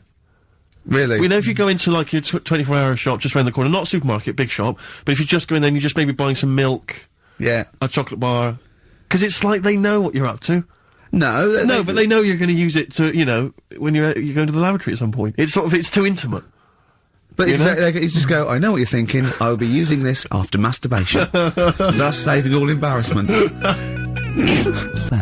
on XFM 104.9, a retro cut. Indeed. Wow. Up to the modern day, the newest game show around, Rockbusters. Whee. Isn't there a jingle? It'd probably be something like, oh, Rockbusters. It would be very, along those lines. I've got to work it out, but I mean, let's go without it for now, and they'll be all ready next week. Excellent. The prizes, once again, sourced by Karl Pilkington. I think it's been in the prize bag before, Karl, but good to see it back. The best air guitar album in the world ever. Do they keep sending it back? Is that just one? Is that it comes through the window, tied to a brick? Actually, there's a lot of good stuff on there. There's the Kinks. Knopfler? Is there Knopfler? Knopfler, I believe, is on there. Is Clapton T-Rex. anywhere to be seen? Definitely Clapton, I would have thought. A Deep Purple. We got Quo, Skinnerd, Mac, Snake is there, Straits, excellent, and there's all sorts on there, obviously. Yeah. This is always an odd choice, but fair enough. This is the current album by the Yardbirds, their first studio album in 35 years. So, the new music station XFM giving away that. Excellent. I suppose it's new music in some ways. A Smash Hits compilation. We got stuff on there. It's Aha, it's Curiosity Killed the Cat. It's all the old favourites. Plus 2 DVDs. Columbo. What Columbo? It's got a couple of classic Columbo episodes there. Suitable for framing. One of the best, TV programmes of all time. Why do I get... You can always tell immediately who the villains are. Suitable for framing. I'm assuming that's some kind of art dealer.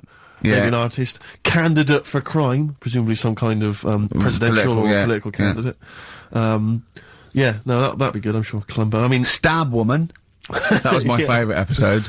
Stab Lady Wife. I mean, to be fair, I'm not sure why. Who would buy a Columbo DVD? Like, you can't find it on TV. It's on now. It's on now. I guarantee, because someone could maybe email in. Is there an episode of Columbo on now anywhere that got cable or digital? I think it will be. Almost certainly. But it is great. And the other DVD here is Cruise of the Gods, which was the one-off TV kind of comedy film that was on at Christmas, featuring Rob Brydon and Steve Coogan. It's good. Williams. So, there's a few gifts there. Not bad. Not bad at all. James Addiction, Just Because on XFM 104.9. I'm Ricky Gervais, with me Steve Merchant and Karl Pilkington. We're all here then.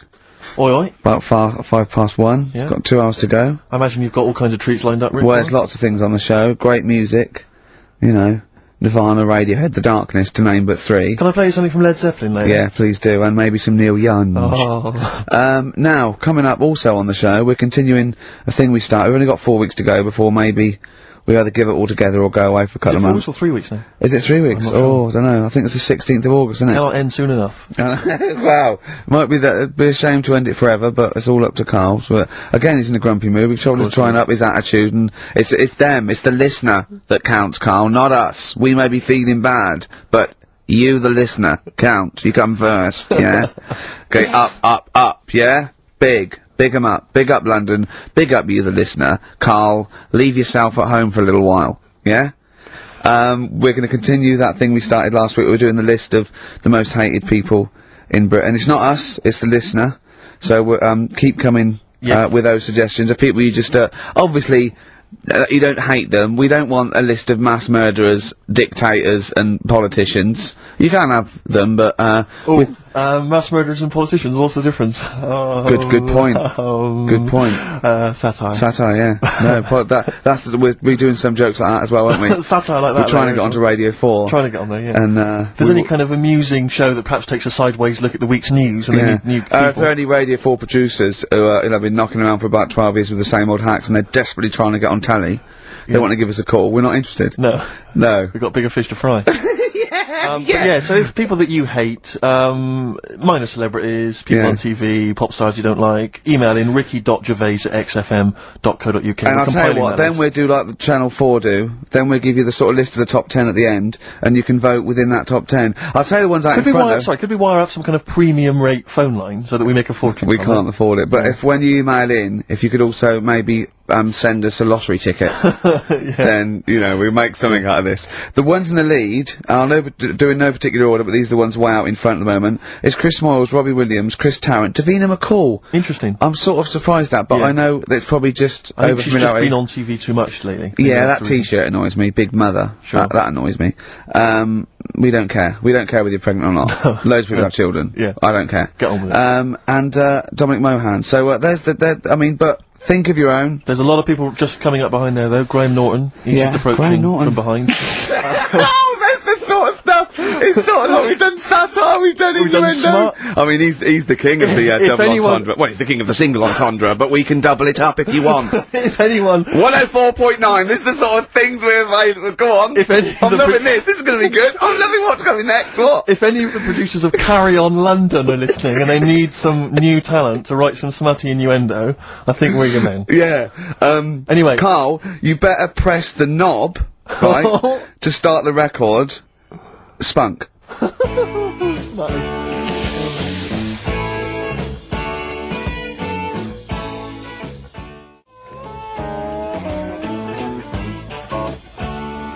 Ricky, I know you're a Neil Young fan. Love him. You probably won't have this album. It has basically not been available for years. It's never been available on CD before. It was part of this kind of trilogy of albums he did that were very depressing, and they've just been re-released. This is absolute dynamite. It's On the Beach. On the Beach? Yeah. And that's the opening track, Walk On, Neil Young. Brilliant. On XFM 104.9, that's the sort of stuff. You've had satire, you've had a little bit of politics. You've had, we said spunk, which is a bit naughty, isn't it? Which Exactly. is a bit cutting edge. Yeah. And you've had Neil Young and Jane's Addiction, so... I can't think probably of quite anything else I'd rather down with the kids and everything, aren't we? Yeah, pretty hip, pretty wicked. Yeah, so... do you know what else? Wish Tony Blair would just stop doing stuff wrong. Good, that's good. Who else is there to have a go at? Peter Mandelson or someone. No, he's good, isn't he? Because he's good because he's gay, isn't he? I don't know. I don't know if he is. If he's not, then I'm sorry, but if he is, then well done. Brilliant. Good to all gay people. Good. Yeah. Any underprivileged people, you're all brilliant. But people who are overprivileged, Do you know what I like? Go on. Foreigners. Do you? All the mad shit they get up to. What is you see on the news. It's just that interesting, isn't it? Yeah, crazy. I'm watching. I'm going. What are you doing that What are you for? doing that, boy? It's weird, isn't it? Killing and that. Yeah. So if you're listening and you're And the radio good stuff. And good stuff, and... Yeah, well, yeah. Euro Disney, that's good. So anyway, that's the sort of satire and the way we can kind of tear apart popular culture and just get to the very nub bit. Can I just leave with this? Do you know my favourite country? Africa. It is brilliant. Not strictly a country, huge. but It is huge. all the countries. Except the bad ones. Remember the bad ones? Oh, evil ones. Play a Yeah. record. Anyone at Radio 4 is listening. Yeah, we would like to get on some kind of satire show, please.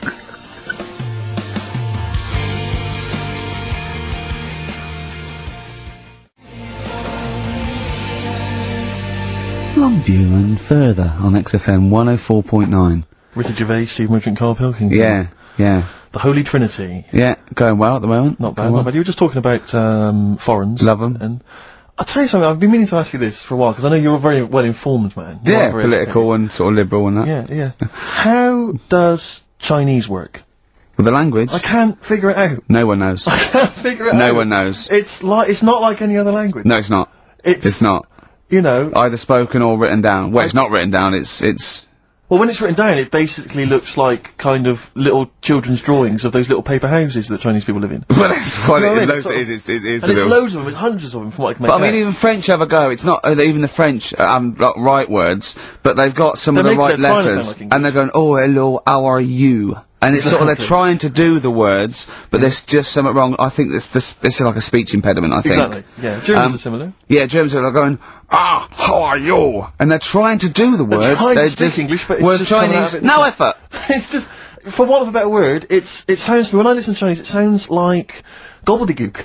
That is a dialect. yeah, I that's can't- I think that's the main dialect. That Mandarin and orangutan. But I mean, that. I can't, but seriously, I mean, I can't figure it out. I've got no grasp of how, because it doesn't seem to relate to anything I've Wait, there's ever not heard. real words because there are sentences. Like, you know, we have a word, if we said, a gentleman sits by the stream of fish. I've said it often. Yeah, we use all the different words to each one of those words, so we've got a word for each of them. Yeah, They yeah. haven't, they've just got, I think it's like a triangle with a line through it. Right. So, Right, which right, can right. get confusing, because, you know, Yeah, so the quick brown fox jumps over the lazy dog. that's just, that's what, I think that's like a little paper house with a feather on top.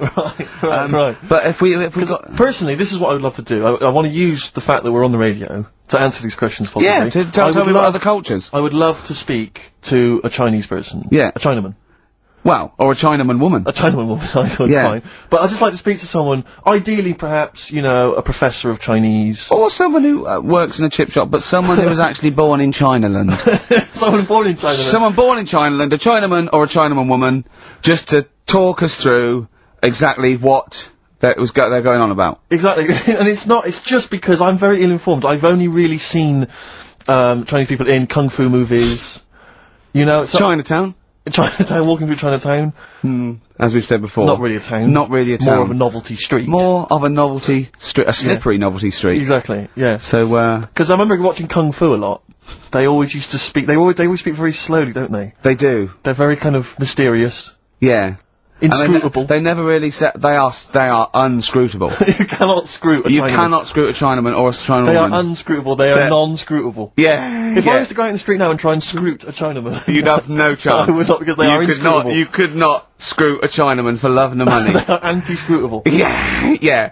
I could possibly scroot a Chinese woman. Well, I That's don't think they're you'd pretty have any inscrutable. luck. You've had no But luck. anyway, if you are a Chinaman or a Chinaman woman who can just tell us basically how it works, how would you teach us the basics of Chinese if we were going to go to China and we wanted to interact? Where would we start? What would be the first words we would say? How would we say them? How would we write them? We'll be learning Chinese today, Steve. What annoys me is I'm going to go out into the world still ignorant. I know, yeah. The only Chinese I learned was from Benny Hill. Now, Benny Hill could speak fluent Chinese. Well, the only ones I know is you silly idiot is Siri Iria, Yes. and bloody foreigners is bloody foreigner. Yeah. That's all. I I mean, remember. it's just a matter of it get you by in Peking, but I mean, you come in, you hit a dialect and you know, your worms meet. Sure. Carl, yeah, we haven't heard a lot about from you. We've been going here. We've done a few features already. We've talked about yeah. Chinese different people, parts of the world, different parts of the Do you speak any languages? No, not really. Well, still struggling with English. Yeah. learn a few words. I mean, literally So about Yeah. 4,000. I think he's Now, got. I've had a lot of emails actually, people saying, Carl, please don't leave, we don't want to see the show ending, blah, blah, blah, blah. And we've had What a couple exactly of calls bringing back Cheeky Freak of the Week. And do you know what Carl said? He said, a bloke on the phone, he said, oh, bring back Cheeky Freak of the Week. He went, can't, not allowed, I don't know, you know. And he went, oh, go on. He went, well, no, I had a story today. A fella born with 2 dicks, but I Sure. can't do it. Now, Carl, you cannot not do a feature about a fella born with 2 dicks? We'll look if we need it. I mean, how much more have you got on the Chinese? We're done. We've done that. We've nailed Chinese. We've done it. That's done. That's put to bed. Fella with 2 dicks, please. No, we might get round to it later. But, like I say, cheeky freak of the week. Sort of, we've put that on hold at the moment. Sure. Right. So, what have we got? What are you providing then today? Have you got a quiz for us? Yeah, we've got, what's her name if you want? We've got what? What's her name? What's her name? No, don't Is that a new one? Don't know. Yeah, what's her name? Yeah. What girl am I thinking of? Someone's a phrase. Someone's a phrase. We've got that coming up. Alright. Monkey news, I Monkey news is safe, isn't it? That's some monkey news, that goes out. I told a bit of monkey news. I did a photo shoot at the zoo this week, and one of the people in charge. Trying to make yourself look good. They told me that they used to have an orangutan, right? But it escaped. It worked out. It lifted up a drain, got out the drains, and got out up into the zoo. It actually did a Coldix type escape, right? And Carl goes, "What happened?" I said, "Well, they sort of like they surrounded it and sort of got it back in." He went, "That's no good, though." I mean, it's not monkey news unless it steals a car and goes to Spain. Exactly, yeah, or opens a small. I mean, that's bistro. real. That actually happened. Yeah. But it's not real unless it, takes a gun, gets mistaken from a president, and runs the country for 3 years. There was some more news about London Zoo this week about it. They're all excited because we've got an anteater in there. Right. This week. So. Is that good? Is that exciting? No, I think they've had an okapi born. It's got a long nose. It's like a sort of tapir type thing. Not interested. I said to you before about if an animal's named after what it eats, how interesting is it? Do you know what I mean? But an anteater is the only one, isn't it? Well, get rid of them. Do you know what I mean? there's lots in there. What other ones are there? Well, there's flycatchers. There's lots of animals that are named after what they eat. What's a flycatcher? That's a bird, isn't it? Seems ill-informed. I can't think of many beyond anteater. You're talking about, because you're talking about zoo though, and I was watching the news last night, and it had, a feature about Madame Tussauds. And it was saying that they scrapped many of the royal family. Now, I don't mean this, but I've never understood the appeal of Madame Tussauds. I just, genuinely, with no irony, cannot see the appeal of sort of having my photo taken next to a waxwork of J-Lo. I know. I can't compute why that would be fun. I don't know. What is it? Do they move? Because they don't move, do they? No, They of just course they stand don't. there. I know. So genuinely, I mean, it's so crowds of people queuing up, and people queuing up to have their photo taken with the royals, and I don't... The queue would put me off immediately. Well, yeah. I mean, it's just down the road, But isn't is it? it so you go home to your friend and go, there's me, there's me with Kylie. It's There's me not with Britney quite, is it? Spears. Her eyes Oh, look no, a bit it's just a funny. wax effigy. Oh, I thought you met her. No, it's just a waxwork. Right. It's not even the real person. If you've been to Madame Tussauds, if you have any understanding of why the appeal there, email and Hold tell on, me, wait a 'cause I've minute. no Let's understanding. not diss them, because they might melt down, Ricky Tomlinson one day to do me. Sure, You never know, you know. Or Rick Waller. Yeah. So I don't want to put them off. But seriously, I mean, I'm not being flippant, Roy but Kinnear might be in there. what is the appeal? Genuinely, what is the appeal?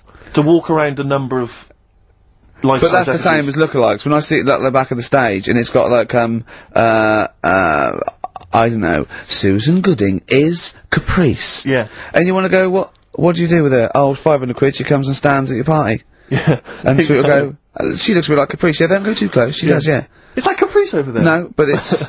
It looks like... Yeah. There was one in the back of the stage which was, so-and-so is Jordan. And it was a woman who was sort of buxom girl, wearing very little. Buxom! Are you from the West Country? I am. But I thought to myself, if you're willing to get your knocks out pretending to be Jordan, just get them out and become a pastry model. Stop pretending to be Jordan. And call yourself after another Middle Eastern country. Yeah. Don't just... It's very odd. I know. God. Very strange. But you've got a lookalike now, haven't you? Yeah. It's But so odd. But it's a bloke, right? Sort of at his desk, right? In the picture. And it's David Brent. Yeah. And it's got Ricky Gervais. Yeah. So... But I don't remember, it's just an old fat bloke with a beard. Alright, don't have a go. Alright. Play a record, Carl. No need for that.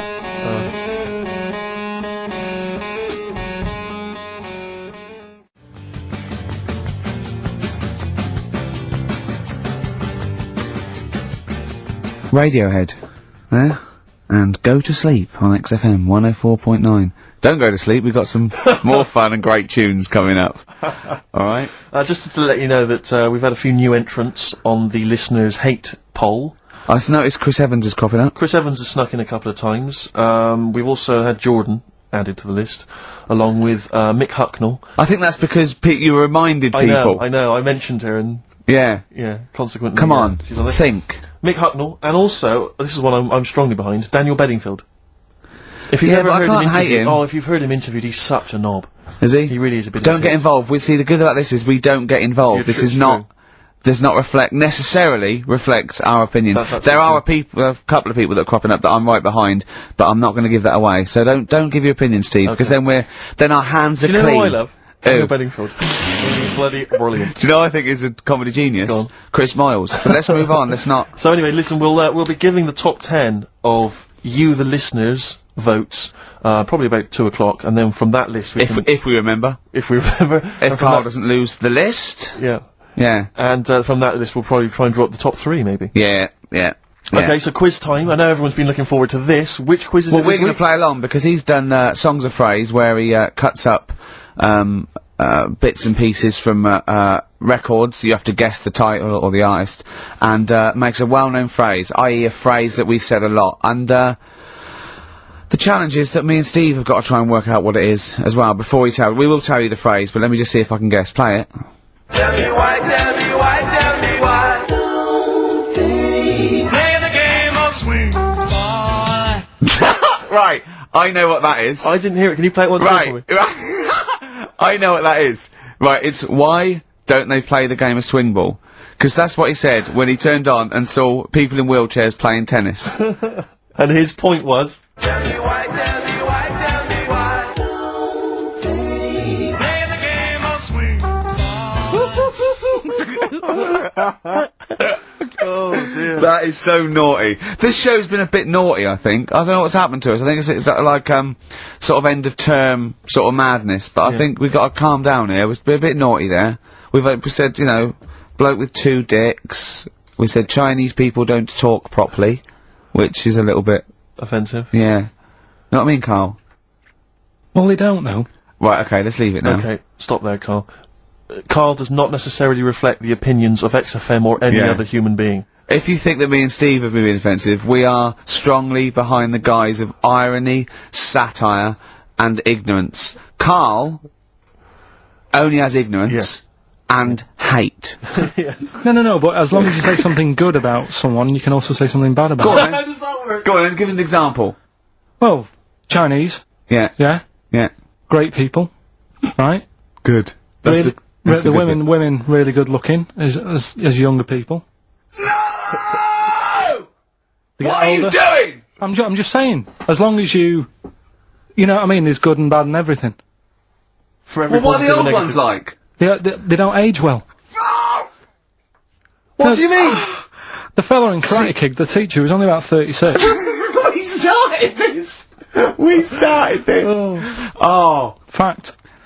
So, songs of phrase, email in, ricky.gervais@xfm.co.uk, right?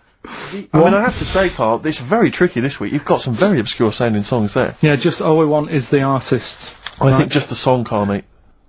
I No, think actually, that's harder. hard. I No, think that's hard. Yeah, harder. the artist. Just the artist, I know. Okay, so these are the prizes this week. Well, let's play it again so they can hear it. Try and work out all the different artists. Yeah, why don't they play the game of the game of swing ball? Right? Tell me why, tell me why, tell me why. Don't play the game of swing. Right? That's tricky. It is tricky. That is tricky. That is good. But there's some great prizes, including, Carl, I can't help but notice, torn from the current, well, I think today's issue of the Daily Mirror. What, he's giving away a giveaway? It's a free CD from the Daily Mirror, which you can buy it, you spend 30p on the Mirror, you can get this anyway. But it's still in the piece of plastic that it came in, I love Just that. ripped. Anyway, there are some other treats for you as well. Oh, you'll be loving getting that through the door. So there's the Jingly Jangly Sound of Summer, Good Vibes, a 2 CD set featuring music from Crowded House, R.E.M., Simon and Garfunkel and the Beach Boys. I'll tell you what, I've thought of another game. We can put Carl's into theory, right? I can tell him a sort of like a person or, you know, a people or a place, right? Or a profession, and he's got to come up with a good and bad. A good and bad thing. That sounds great. It is dicing with death. Yeah. Are we ready to do this? Well, listen, if we're quitting in the next couple of weeks, then who cares? Okay. Good and bad, right? Well, You've hang on, got whoa, let me just good tell and- we're on the prizes here. Alright, okay. So now 55. I know there's a Okay. lot of XFM listeners who are going to be looking forward to the likes of S Club 8 and the Fast Food Rockers. They're all on there. I can't wait. What is their second single going to be about?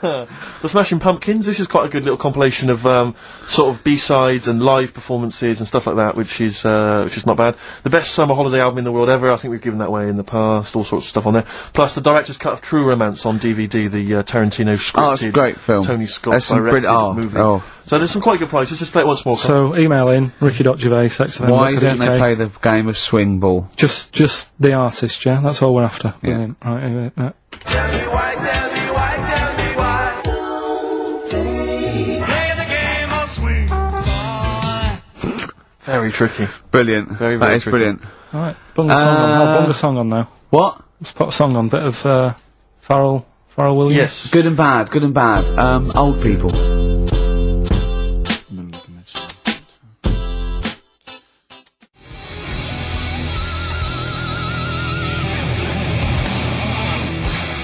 Darkness. I believe in a thing called love on XFM 104.9. Ricky Gervais, Steve Merchant, Karl Pilkington.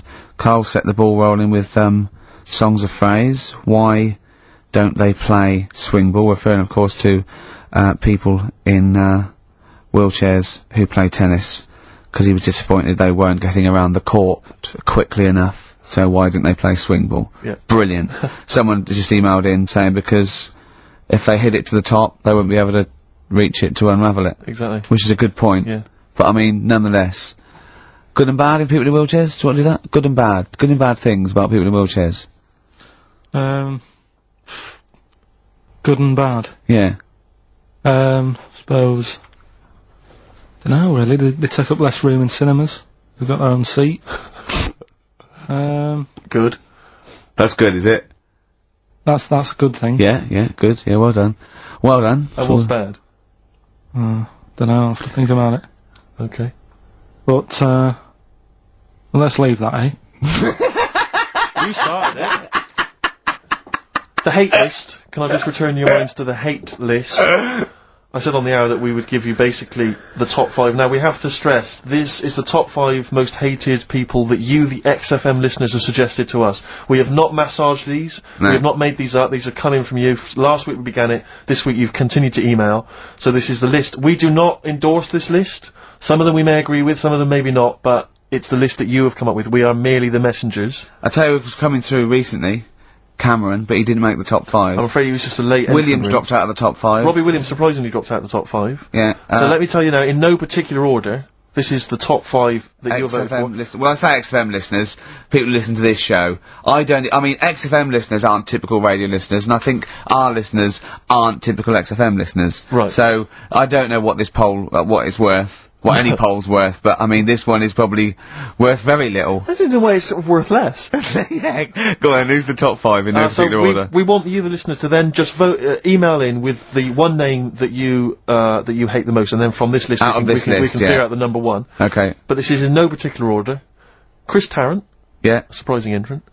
Davina McCall. Well, I don't think he's that surprising. Well, anyway, 'Cause, I mean, I'm not these- going to editorialise. No, I'm not saying. I'm saying I imagine XFM listeners pretty much despise someone like Chris Tarrant. Okay, well anyway, Chris Tarrant's on there. Davina McCall. Yeah. Patrick Kilty. Right. Graham Norton. Right. And Chris Moyles. Now, I'm not going to say anything. Those are the names that you have drawn up. There are lots of others that didn't make the top 5. Richard Madeley was on there. Michael Flatley. Vorderman, bizarrely. Michael Flatley's a weird one. Very strange. So Jamie Oliver, a lot of votes for him, but he's not made the top 5. So those are the top 5. Just email in with the number 1 Yeah. that you hate. And we're talking about someone that another pointless inane poll. Exactly. And this time we did it. Oh dear. Moyles, Norton, Kilty, McCall, Tarrant. It's your choice. Who would you have Ricky out of this? Gervais. Who would you have in your list, Carl? You're allowed to talk because people know your opinions don't matter. So what? I honestly don't really hate anyone That's that nice. much. I'm not that fussed, you know what I mean? We're I not don't talking so like much about hate. We're talking about someone that Yeah, we don't annoys mean you. Someone hate. You can't hate any of these people. All they've done was pop them up on telly. But I think it's people who, as one listener, she put it. She sort of, I think she had some of those, and she said, you know, I don't hate them. These are the people that if they pop on my telly, I have to turn over. You know what I mean? It's not, you don't hate them, you know. But sometimes it's not their fault. It's like Davina, right? I used to quite fancy her, and now because she's always on the telly, it's like I can't be dealing with her now. Sure. But Right. she's still the same presenter. It's Yeah. just that I'm bored with it. Sure. Do you Yeah. know what I mean? Yeah. Yeah. So I'm not getting involved in it. Okay. Do you know what I Okay. mean? Don't want to offend anyone. Let me just give the email address. But I mean, Ricky, let me just give the email address. I just said it, so look, talk over it. Okay, I'm gonna do Carl's top thing. Ricky.gervais@xfm.co.uk. That's also the email address for your answers to this week's Songs of Phrase. Play it again, Carl, if you would. Go on. Tell me why, tell me why, tell me why. Play the game of sweet boy. We just want the artists, is that right? Yeah, that'll do. I've got two that you don't like. Not that you hate them, but that you sort of like, don't agree with them. Would Liverpudlians be in your list? Probably. What about, gay fellas in toilets looking at you? Well, I think they've sorted that out. So.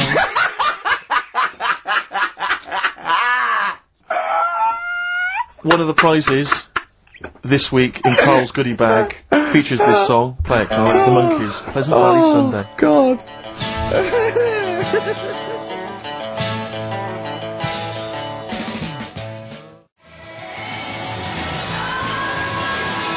This is XFM 104.9. That is my favourite band at the moment. You loving them? I absolutely love them. I think they're funny. I think they're straight down the line with a little bit of tongue in cheek. Ah, brilliant. Did you see them on Jules Holland I last didn't, night? sadly, no. Brilliant. Were they good? Yeah, absolutely jumped. Oh, I mean, Jules didn't know what to do.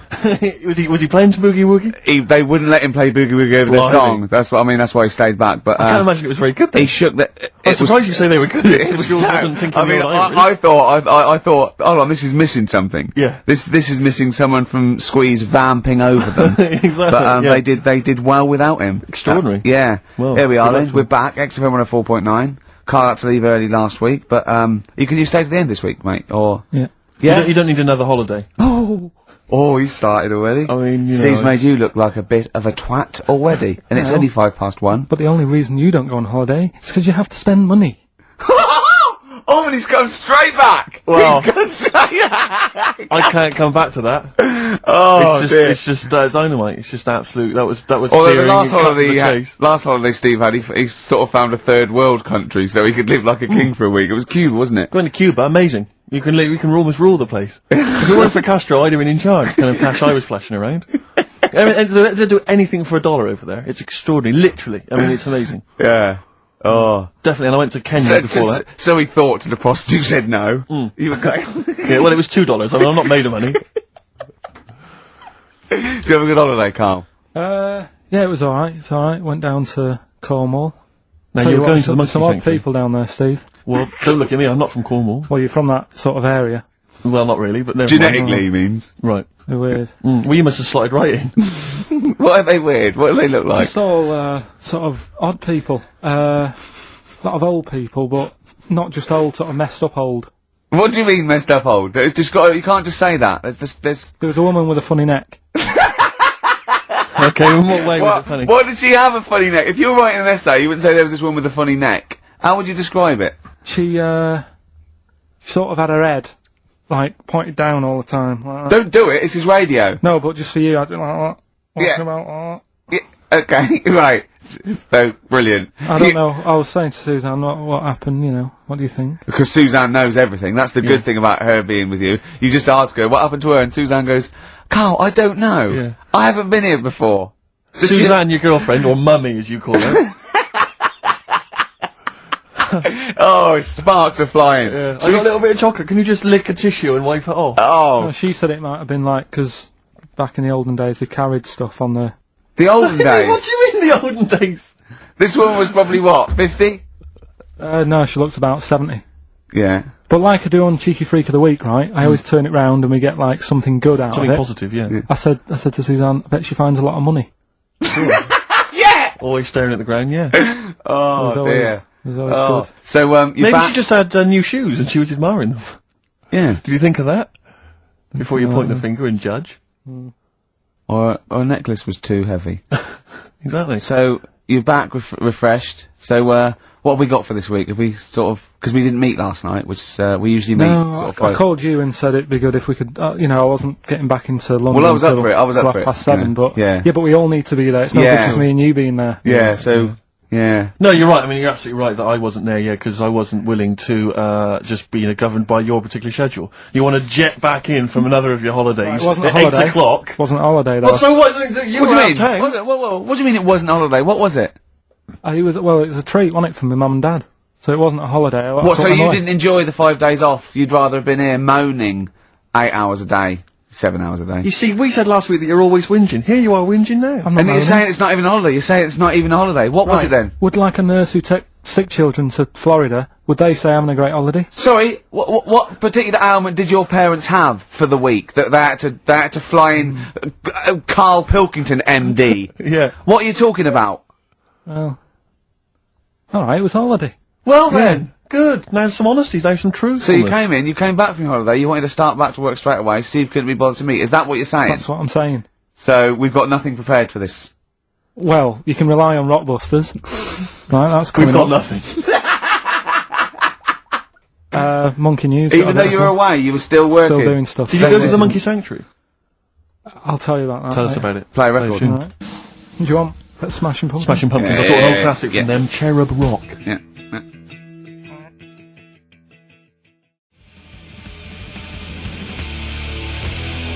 Smashing Pumpkins, Cherub Rock. That, of course, Rick, is available on their greatest hits, Brilliant. if you want. I mean, that's how I rock. So Yeah. I know they. I'm very much the shape of a cherub as well. Well, now. indeed, indeed. Naked with a couple of And a rosy big arse. and a trumpet. Yeah. Do they have trumpets? I don't know. I've just had an email here, Monkey News, Yeah. from a listener. Monkey spotted holidaying in Cornwall. A chimp was spotted holidaying in Cornwall last week after befriending a family of 3. One onlooker said, "It was incredible. He dressed and behaved exactly like a human being. He even settled the hotel bill at the end of their stay. The only telltale sign was his lack of table manners and the incoherent babble when he opened his mouth." There we are. So, Well, what do you think of that, Carl? that's the listeners, Carl. That's Joanne. Amusing, articulate, accurate. She remembered Accurate. exactly who's there and everything, setting in the bill. It's all there. So I mean, even though people think that you're slightly simian, slightly less than human on the evolutionary ladder, they do listen to you. So I mean, I don't know who's more stupid in the end, you or the listeners. Well, you may recall, Rick, at the end of last week when Carl had to shoot off early, we issued a little request Yeah. for listeners just to bombard Carl's email with just pointless emails that really weren't about anything, just to clog up his email for when he returned. Yeah. Rick, they sent them all to us. Brilliant. I mean, that's the kind of listeners that we've got. We've got reams here on our email of just junk. I mean, it's like a Marx Brothers plot, isn't it? I mean, just ludicrous. listen. Listen to what we say. I got one, about a shaved cat. Well, that's not pointless. I'll be reading that later. Oh, you're loving it, yeah. I'm happy. That'll keep you going for a couple of weeks. I'll be reading that later. Did you get to the Monkey Sanctuary? Because this was the big thing. You were going into Cornwall, you were going to visit the Monkey Sanctuary. I've never seen someone more excited. You had 2 days put aside for the Monkey Sanctuary. I know. How did it go? Monkey World? We were on our way, right? I found like a little, in a little cottage that we had, right? It's like a little folder, with little leaflets in saying if you're into mountains, you want to go here. Yeah. If you're into castles and that. the Little castle monkey world. on the leaflet, right? So I thought I'll be needing that. Took that out, made sure that's safe and Yeah. that, right? We get in the car, getting ready to go. My dad says, "Where is it?" I look on the back. It's in a place called Low or something like that, right? Yeah. So, we're on our way. Can't believe me luck. It's going to be a great day and all that. Yeah. And then, start looking at the leaflet, right? And, noticed didn't have any chimps there. Yeah, it's not Monkey World. It wasn't a monkey world. Well, what No. was it called then? Something like, Monkey Town. yeah, it was just, it had like woolly monkeys in it. That's what It had what? Woolly monkeys. What are woolly monkeys? Those things, Johnny Vegas off the advert. Right. Loads of them. They're dumped now since ITV Digital Yeah. went under, so they just put them in a cage. I don't They're understand. woolly. They're like they're sort of like little fluffy little baboon type things. Woolly monkeys. I mean, it's not your chimp. It is Right. not. It's not your classic chimpanzee. So did the car screech to a halt? it was like, Yeah. it was like the mission in Armageddon. I just said abort. We're on the way back. So how far have you got before you bothered to read the leaflet? I probably about 5 miles away Right. from where we were. So what did you do with yourself? You must have been distraught. we Well, went they to, broke down, and then they heard banjo music. No, we went to a sort of an amusement place. Arcade. I'd love to see you in that. What, with putting those coins in, so it has to roll down, and they go flat, and then an arm pushes It them. was one of them. Really? But I I'd worked spent out it years was a on that when I was little. Well, there's a new one. I can't be bothered explaining it, but it's a con. We went to this place, right? My mum and dad had been there before, and they said, you'll love it. It's brilliant. It's got like a war bit in it. A war bit, right? Yeah, like, because they know I'm into tanks and stuff. Yeah. So you'll be loving that. So, sorry, I didn't know you were into tanks. No. Well, they're alright. Brilliant. He's gone from one of his childhood passions to where they're alright. I know, yeah. Go on. And, but it was awful. I mean, my mum and dad had been there before, and he said, no, you'll love it, but it was like a really miserable day. Sure. Right? All the rides and that were broke. Yeah. Broke. It just reminds you of Manchester. My dad just ended up, he was more interested, there was a really fat family there. Well, presumably he was breaking into the machines, trying to scoop off the cash. I like the fact that those poor fat family were going, why are those people looking at us? Yeah. Oh, do you want a ride one? No, but we're not a ride. They were massive, and he just like, look at the state of that. A whole family. Yeah. Just, fat. Bloaters, yeah. All right. No, but because fat, there's no need for it, is there? And he was really like, oh god. And then he wanted to follow them into the House of Mirrors to see what they look like. But my mum had got bored. She went off to buy a little Snow White figure. She couldn't believe her luck. It was only $2.99. Yeah. She thought it was going to be really expensive. Sure, so she she's bought classy one of lady. them. So she enjoyed that. And then my dad says, come on, we go in. It's rubbish, this. What, the fat family wouldn't let him play with them? So, he just said on the way home, he said, I can safely say that I never want to go there again before I die. So, that was that. And then we went home. Why would he ever give you that information? In case it was like a secret birthday present. You go, oh god, what if they get me a trip to here? Or if he's in a coma and you go, I'll tell you what, bring him out of it. That fat couple. yeah. By his bedside. But Suzanne said she now realises why I am the way I am after spending like a week with them. Well, She they said- told her that they dropped you on your head as a kid, or? No, just like, the way they act and that. Right, yeah. I No, they think- were saying things like, Suzanne, so, why is the moon out at night and the sun in the day? Oh god. Yeah. Oh it god, was- there's 3 of them. Suzanne, can you tie my shoelaces again? It was the bit when my dad said, don't waste money on a coffin for him, just put him in a bin bag. Your father said that? About himself? Yeah. Oh, that's a great idea. I'm glad you mentioned that, because That is great. that gives me an idea.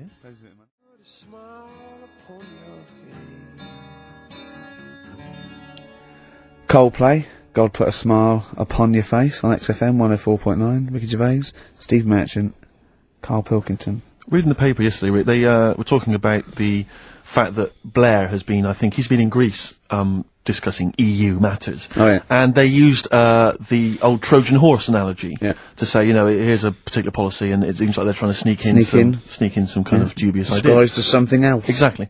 And it's always struck me, ever since I was first introduced to the Trojan horse theory, I never understood how it come about. Do you know what I mean? So, Karl has got a frown on him, like a thing I haven't seen. Yeah. Karl, do you know what Tony the Blair is the Prime Minister. you know what the Trojan horse was? Go on. Have you come it across was this the before? Have siege you of- heard of it before? Wasn't an ascot or anything. Go on. Well, the Trojan horse, what happened was, it's a famous kind of Greek story, about the fact that, the Greeks... In olden times, Karl. Olden times, Olden it is, times, the specifically. 70s. Yeah. The Greeks laid siege to Troy for 6 years. Waiting. Basically, things had got out of hand.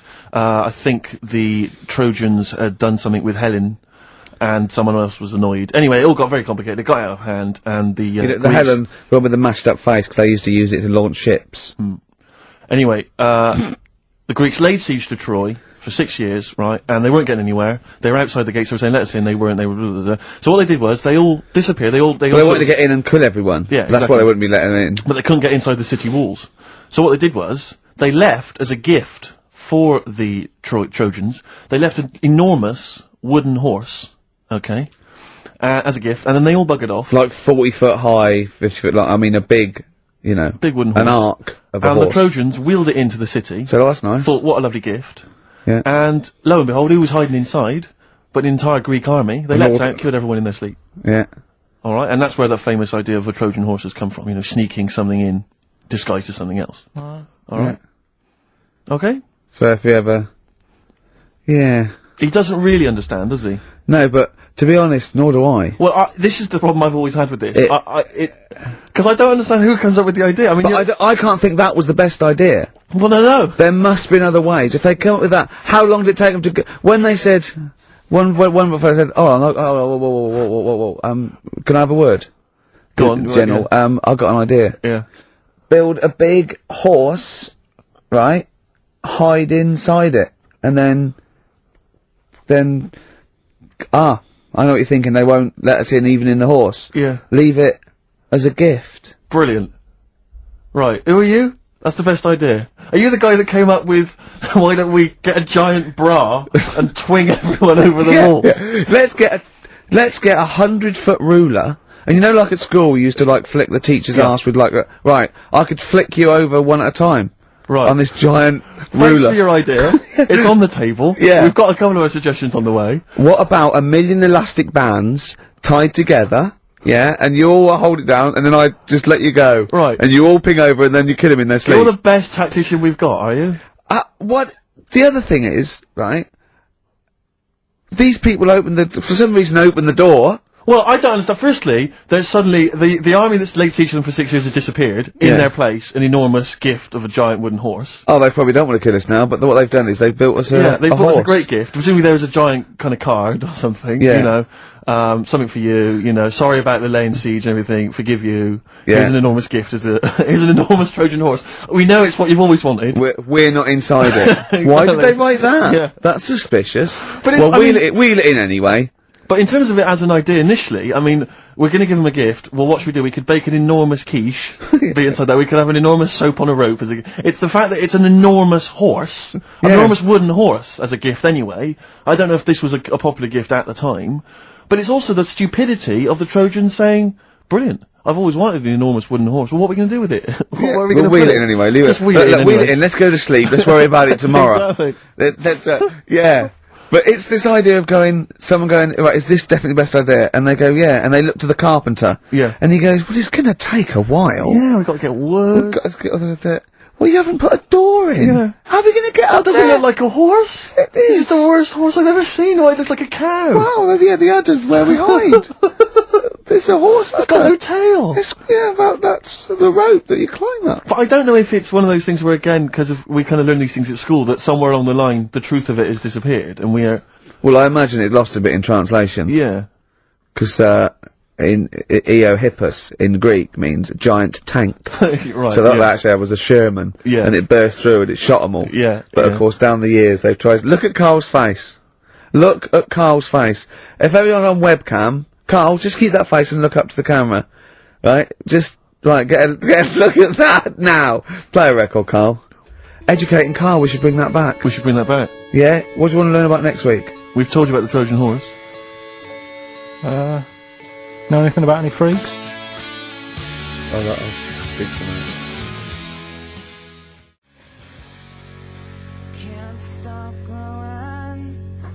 Placebo. This picture on XFM 104.9. I'm Ricky Gervais, with me Steve Merchant and Karl Pilkington. Right. So you've been educated there, haven't you?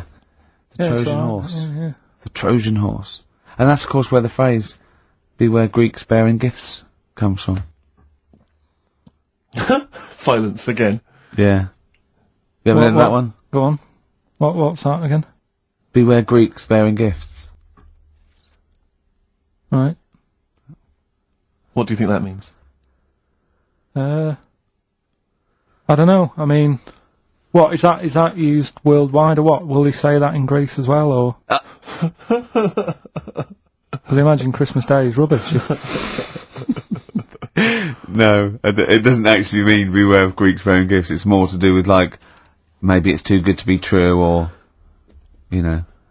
It's the opposite to don't look a gift horse in the mouth. Well, that's probably where it came from as well. Go Justin on. from Southend emailed in, he just said, For the Trojans not to have spotted that it was a trick, they must have been the biggest bunch of moronic, ever to have walked the earth. Does Karl have any Trojan in him by any chance? Cheeky, innit? Eh? What? Never mind. I think that probably proves it. I thought of another one like as well. I was saying, you may as well be hung for a sheep as a lamb. I don't think I've heard that. I have heard, but I don't think I've ever used it in common parlance. Well, it's like, if you're gonna do something, you know, you might as well go the whole hog, depending on the outcome. Because it's based on reality, that's why I like it, because obviously the poor people used to poach, and if they were caught stealing, you know, a sheep or anything, they would be hung. So if you're gonna get caught, don't steal a lamb, you know, at least feed your family for a few weeks. Right, sure. Kill a sheep. Yeah. Actually hung for killing a sheep.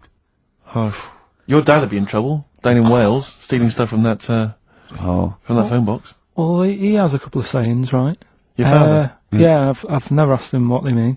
Why would you? Ask Suzanne. One is, don't try and teach your granny to suck eggs. Yeah. What does that mean? That means, it's patronising of course I know that. You're talking to someone who knows more about this subject than you. But how did that happen then? How did that saying come about? Well, it's not. It's a totally made up thing. It's like, your granny sucks eggs, doesn't she? Because she's older than you, and it's probably a lost art or something. Alright. And the other one, Sucks eggs? Sucks Yeah. eggs, yeah. Sucks eggs, sorry, I thought you said something else. Don't nudge your granny when she's shaving. What? Sorry? Don't nudge your granny while she's shaving. Don't nudge your... Sorry, say Well, that that's slower, I can't... Don't nudge nudge your granny when she's having a shave. Well, what is that in context? Because I can't work out what the analogy is there, because that might just be you when you were little, you used to run up to your granny while she was shaving or something. But what, And she why is your granny shaving? Well, no, what context is that said in? Tell me the last time your dad ever said that, and I'll try and work out what it means. Can't remember. I don't Are know. you sure these aren't specific to your granny? I was to say, where are you nudging your granny? She was going, get lost, Carl.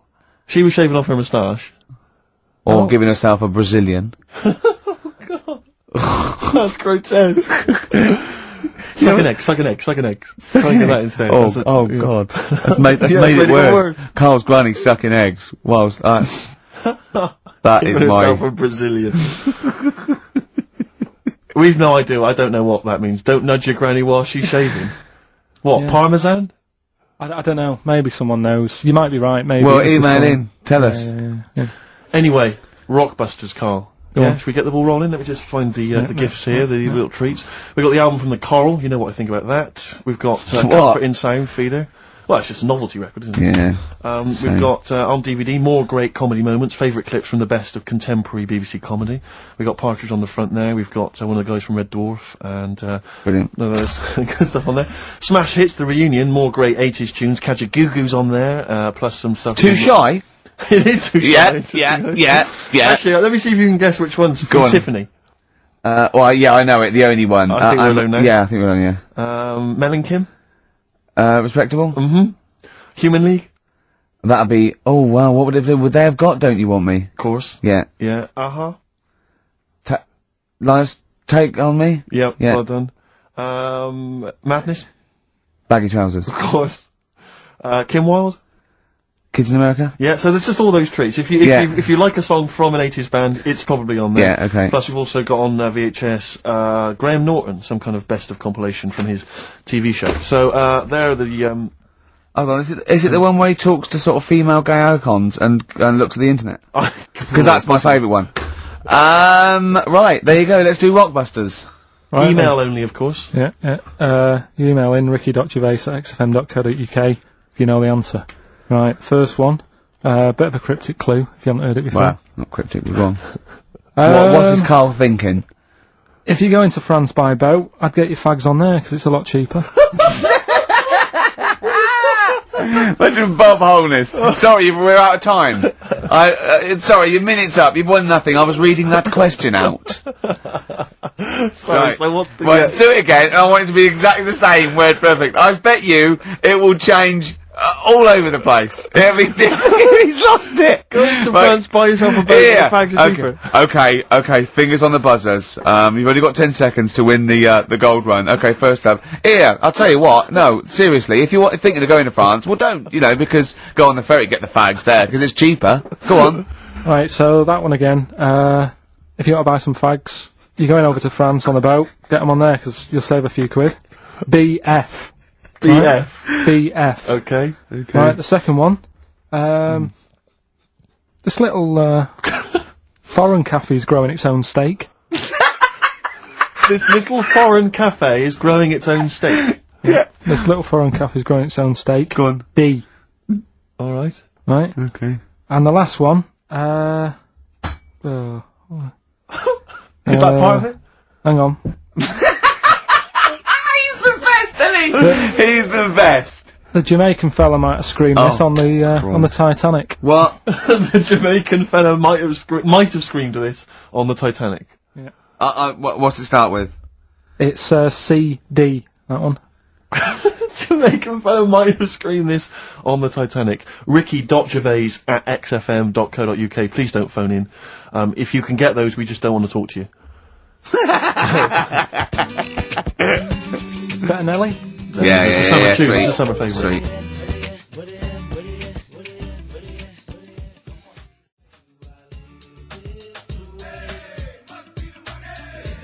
Nelly, Ride With Me. That's featuring City Spud. I don't know if you're aware of that, but there we are. Good, nice summer tune. Carl, tell Steve what you just told me when Steve was in the toilet then. Right, you know, I'd just been away with my mum and dad and that. And one of the things I always like doing is having a good chat with my dad about stuff he got up to when he was a kid and that. Yeah. Right, because he got up to loads of stuff, and every time I see him, he tells me something, and I think, it's like, why are you just telling me that now? It's brilliant. Yeah. Right. So, I mean, to me, he's kind of like Ronnie Biggs or someone. He's just the most extraordinary kind of. well, this happened, right? character. I can't remember. There was a delay yesterday. There was problems on the Paddington line, and he was saying, "Oh, trains aren't what they used to be." Sure. He said, I was looking. They used to be horses, didn't they? Well, he was looking in the booklet, and it was saying, you can have your bags collected if you want, but it costs you £5. Yeah. So that's outrageous. Sure, of course. Right, so he said that's the problem with this country. We've got good with computers and that, but when it comes to, like, getting service, it's gone out the window. Yeah. Right? So he said, when I worked on the trains, and he was going on like this, that and the other, so I said, oh, I didn't know you worked on the trains. He said, yeah, when I was 18, right, it was his job to get the coal, right, and chuck it in the engine. Uh-huh. Right? And one day he's in Grand Central Station in Manchester, which is now the GMEX Centre. Right. Right?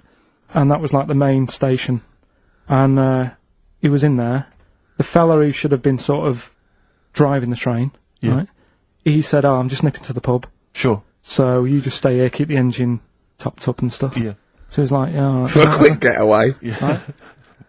So the fella goes in the pub, and my dad's in there, putting the coal on. He did his bacon and eggs on a little shovel. Yeah, yeah. And anyway, fella comes up. He says, right, can you move the train forward now? Oh, blimey. So he was like, oh. So he didn't want to say, the fella's in the pub, because he'd know we'd say, what's he doing in the pub? He should be working, right? So he said, yeah, no problem. I'll sort it out. Right, so he puts it into gear or whatever you do on them trains. Sure, right? puts it into first, yeah. Starts going forward. Now, people who don't know about trains, something that I learnt is if you're carrying a load of coal or whatever on the back of it, they don't have brakes on each carriage, right? It's only the engine that has brakes on it. Uh-huh. So when you pull the brakes on the engine, the whole weight of what it's pulling is pushing you forward. Sure. Right? Yeah. So he doesn't realise this though, because he's just used to cooking bacon and eggs and chucking coal. Of course, and yeah. like. So you've got to slam the brakes on sooner than you would normally. Yeah. Well, you have to anticipate it, I suppose. Yeah. But he didn't know that, course he so didn't, he's yeah. pulling in, he's thinking, right, Well, he's a Pilkington. I'll put the brakes on now. Yeah. Right? Puts the brakes on, the train just keeps going, he's going, oh god, it's not stopping. Sure. It ploughs right through the signal box. Right? Loads The of baboon damage. pulling the signals don't know what to do. Yeah. Loads of damage done. Apparently, if it was today's money, Yeah. it'd be about £3 to £4 million worth of damage. It shut the station off for 4 weeks. But he didn't lose his job. The fella lost his job, the one who was in the pub. Yeah. He said the funny thing was, he said like £4 million worth of damage. He did his ankle, his wrist in. He had 3 weeks off sick and got paid. So it's brilliant. So I love your family. It's extraordinary. The Pilkington gene. Weird, isn't it? I'd like to see a documentary following you and your family. You'd have to get the family involved. No, the sort of stuff my dad goes on about. They'd never put it on telly.